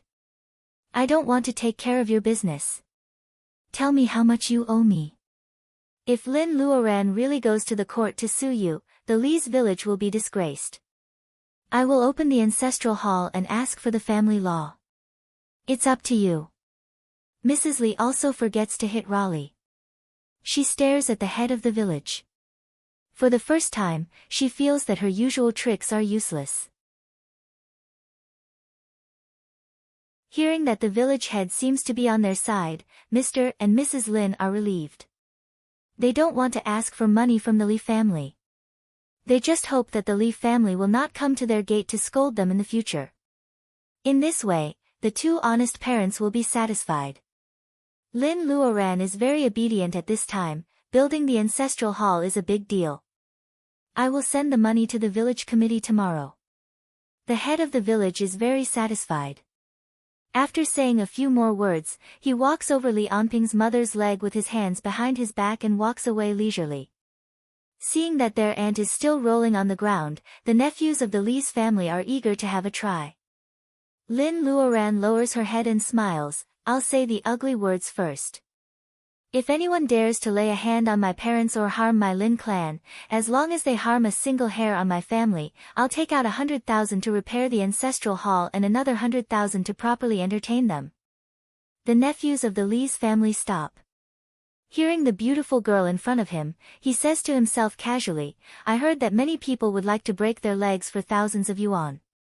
I wonder what they can do with 100,000 yuan. I am really looking forward to it." Lin Luoran's voice is not loud, but the onlookers are watching the drama. The yard of the Lin's family is so quiet that the sound of a needle falling can be heard.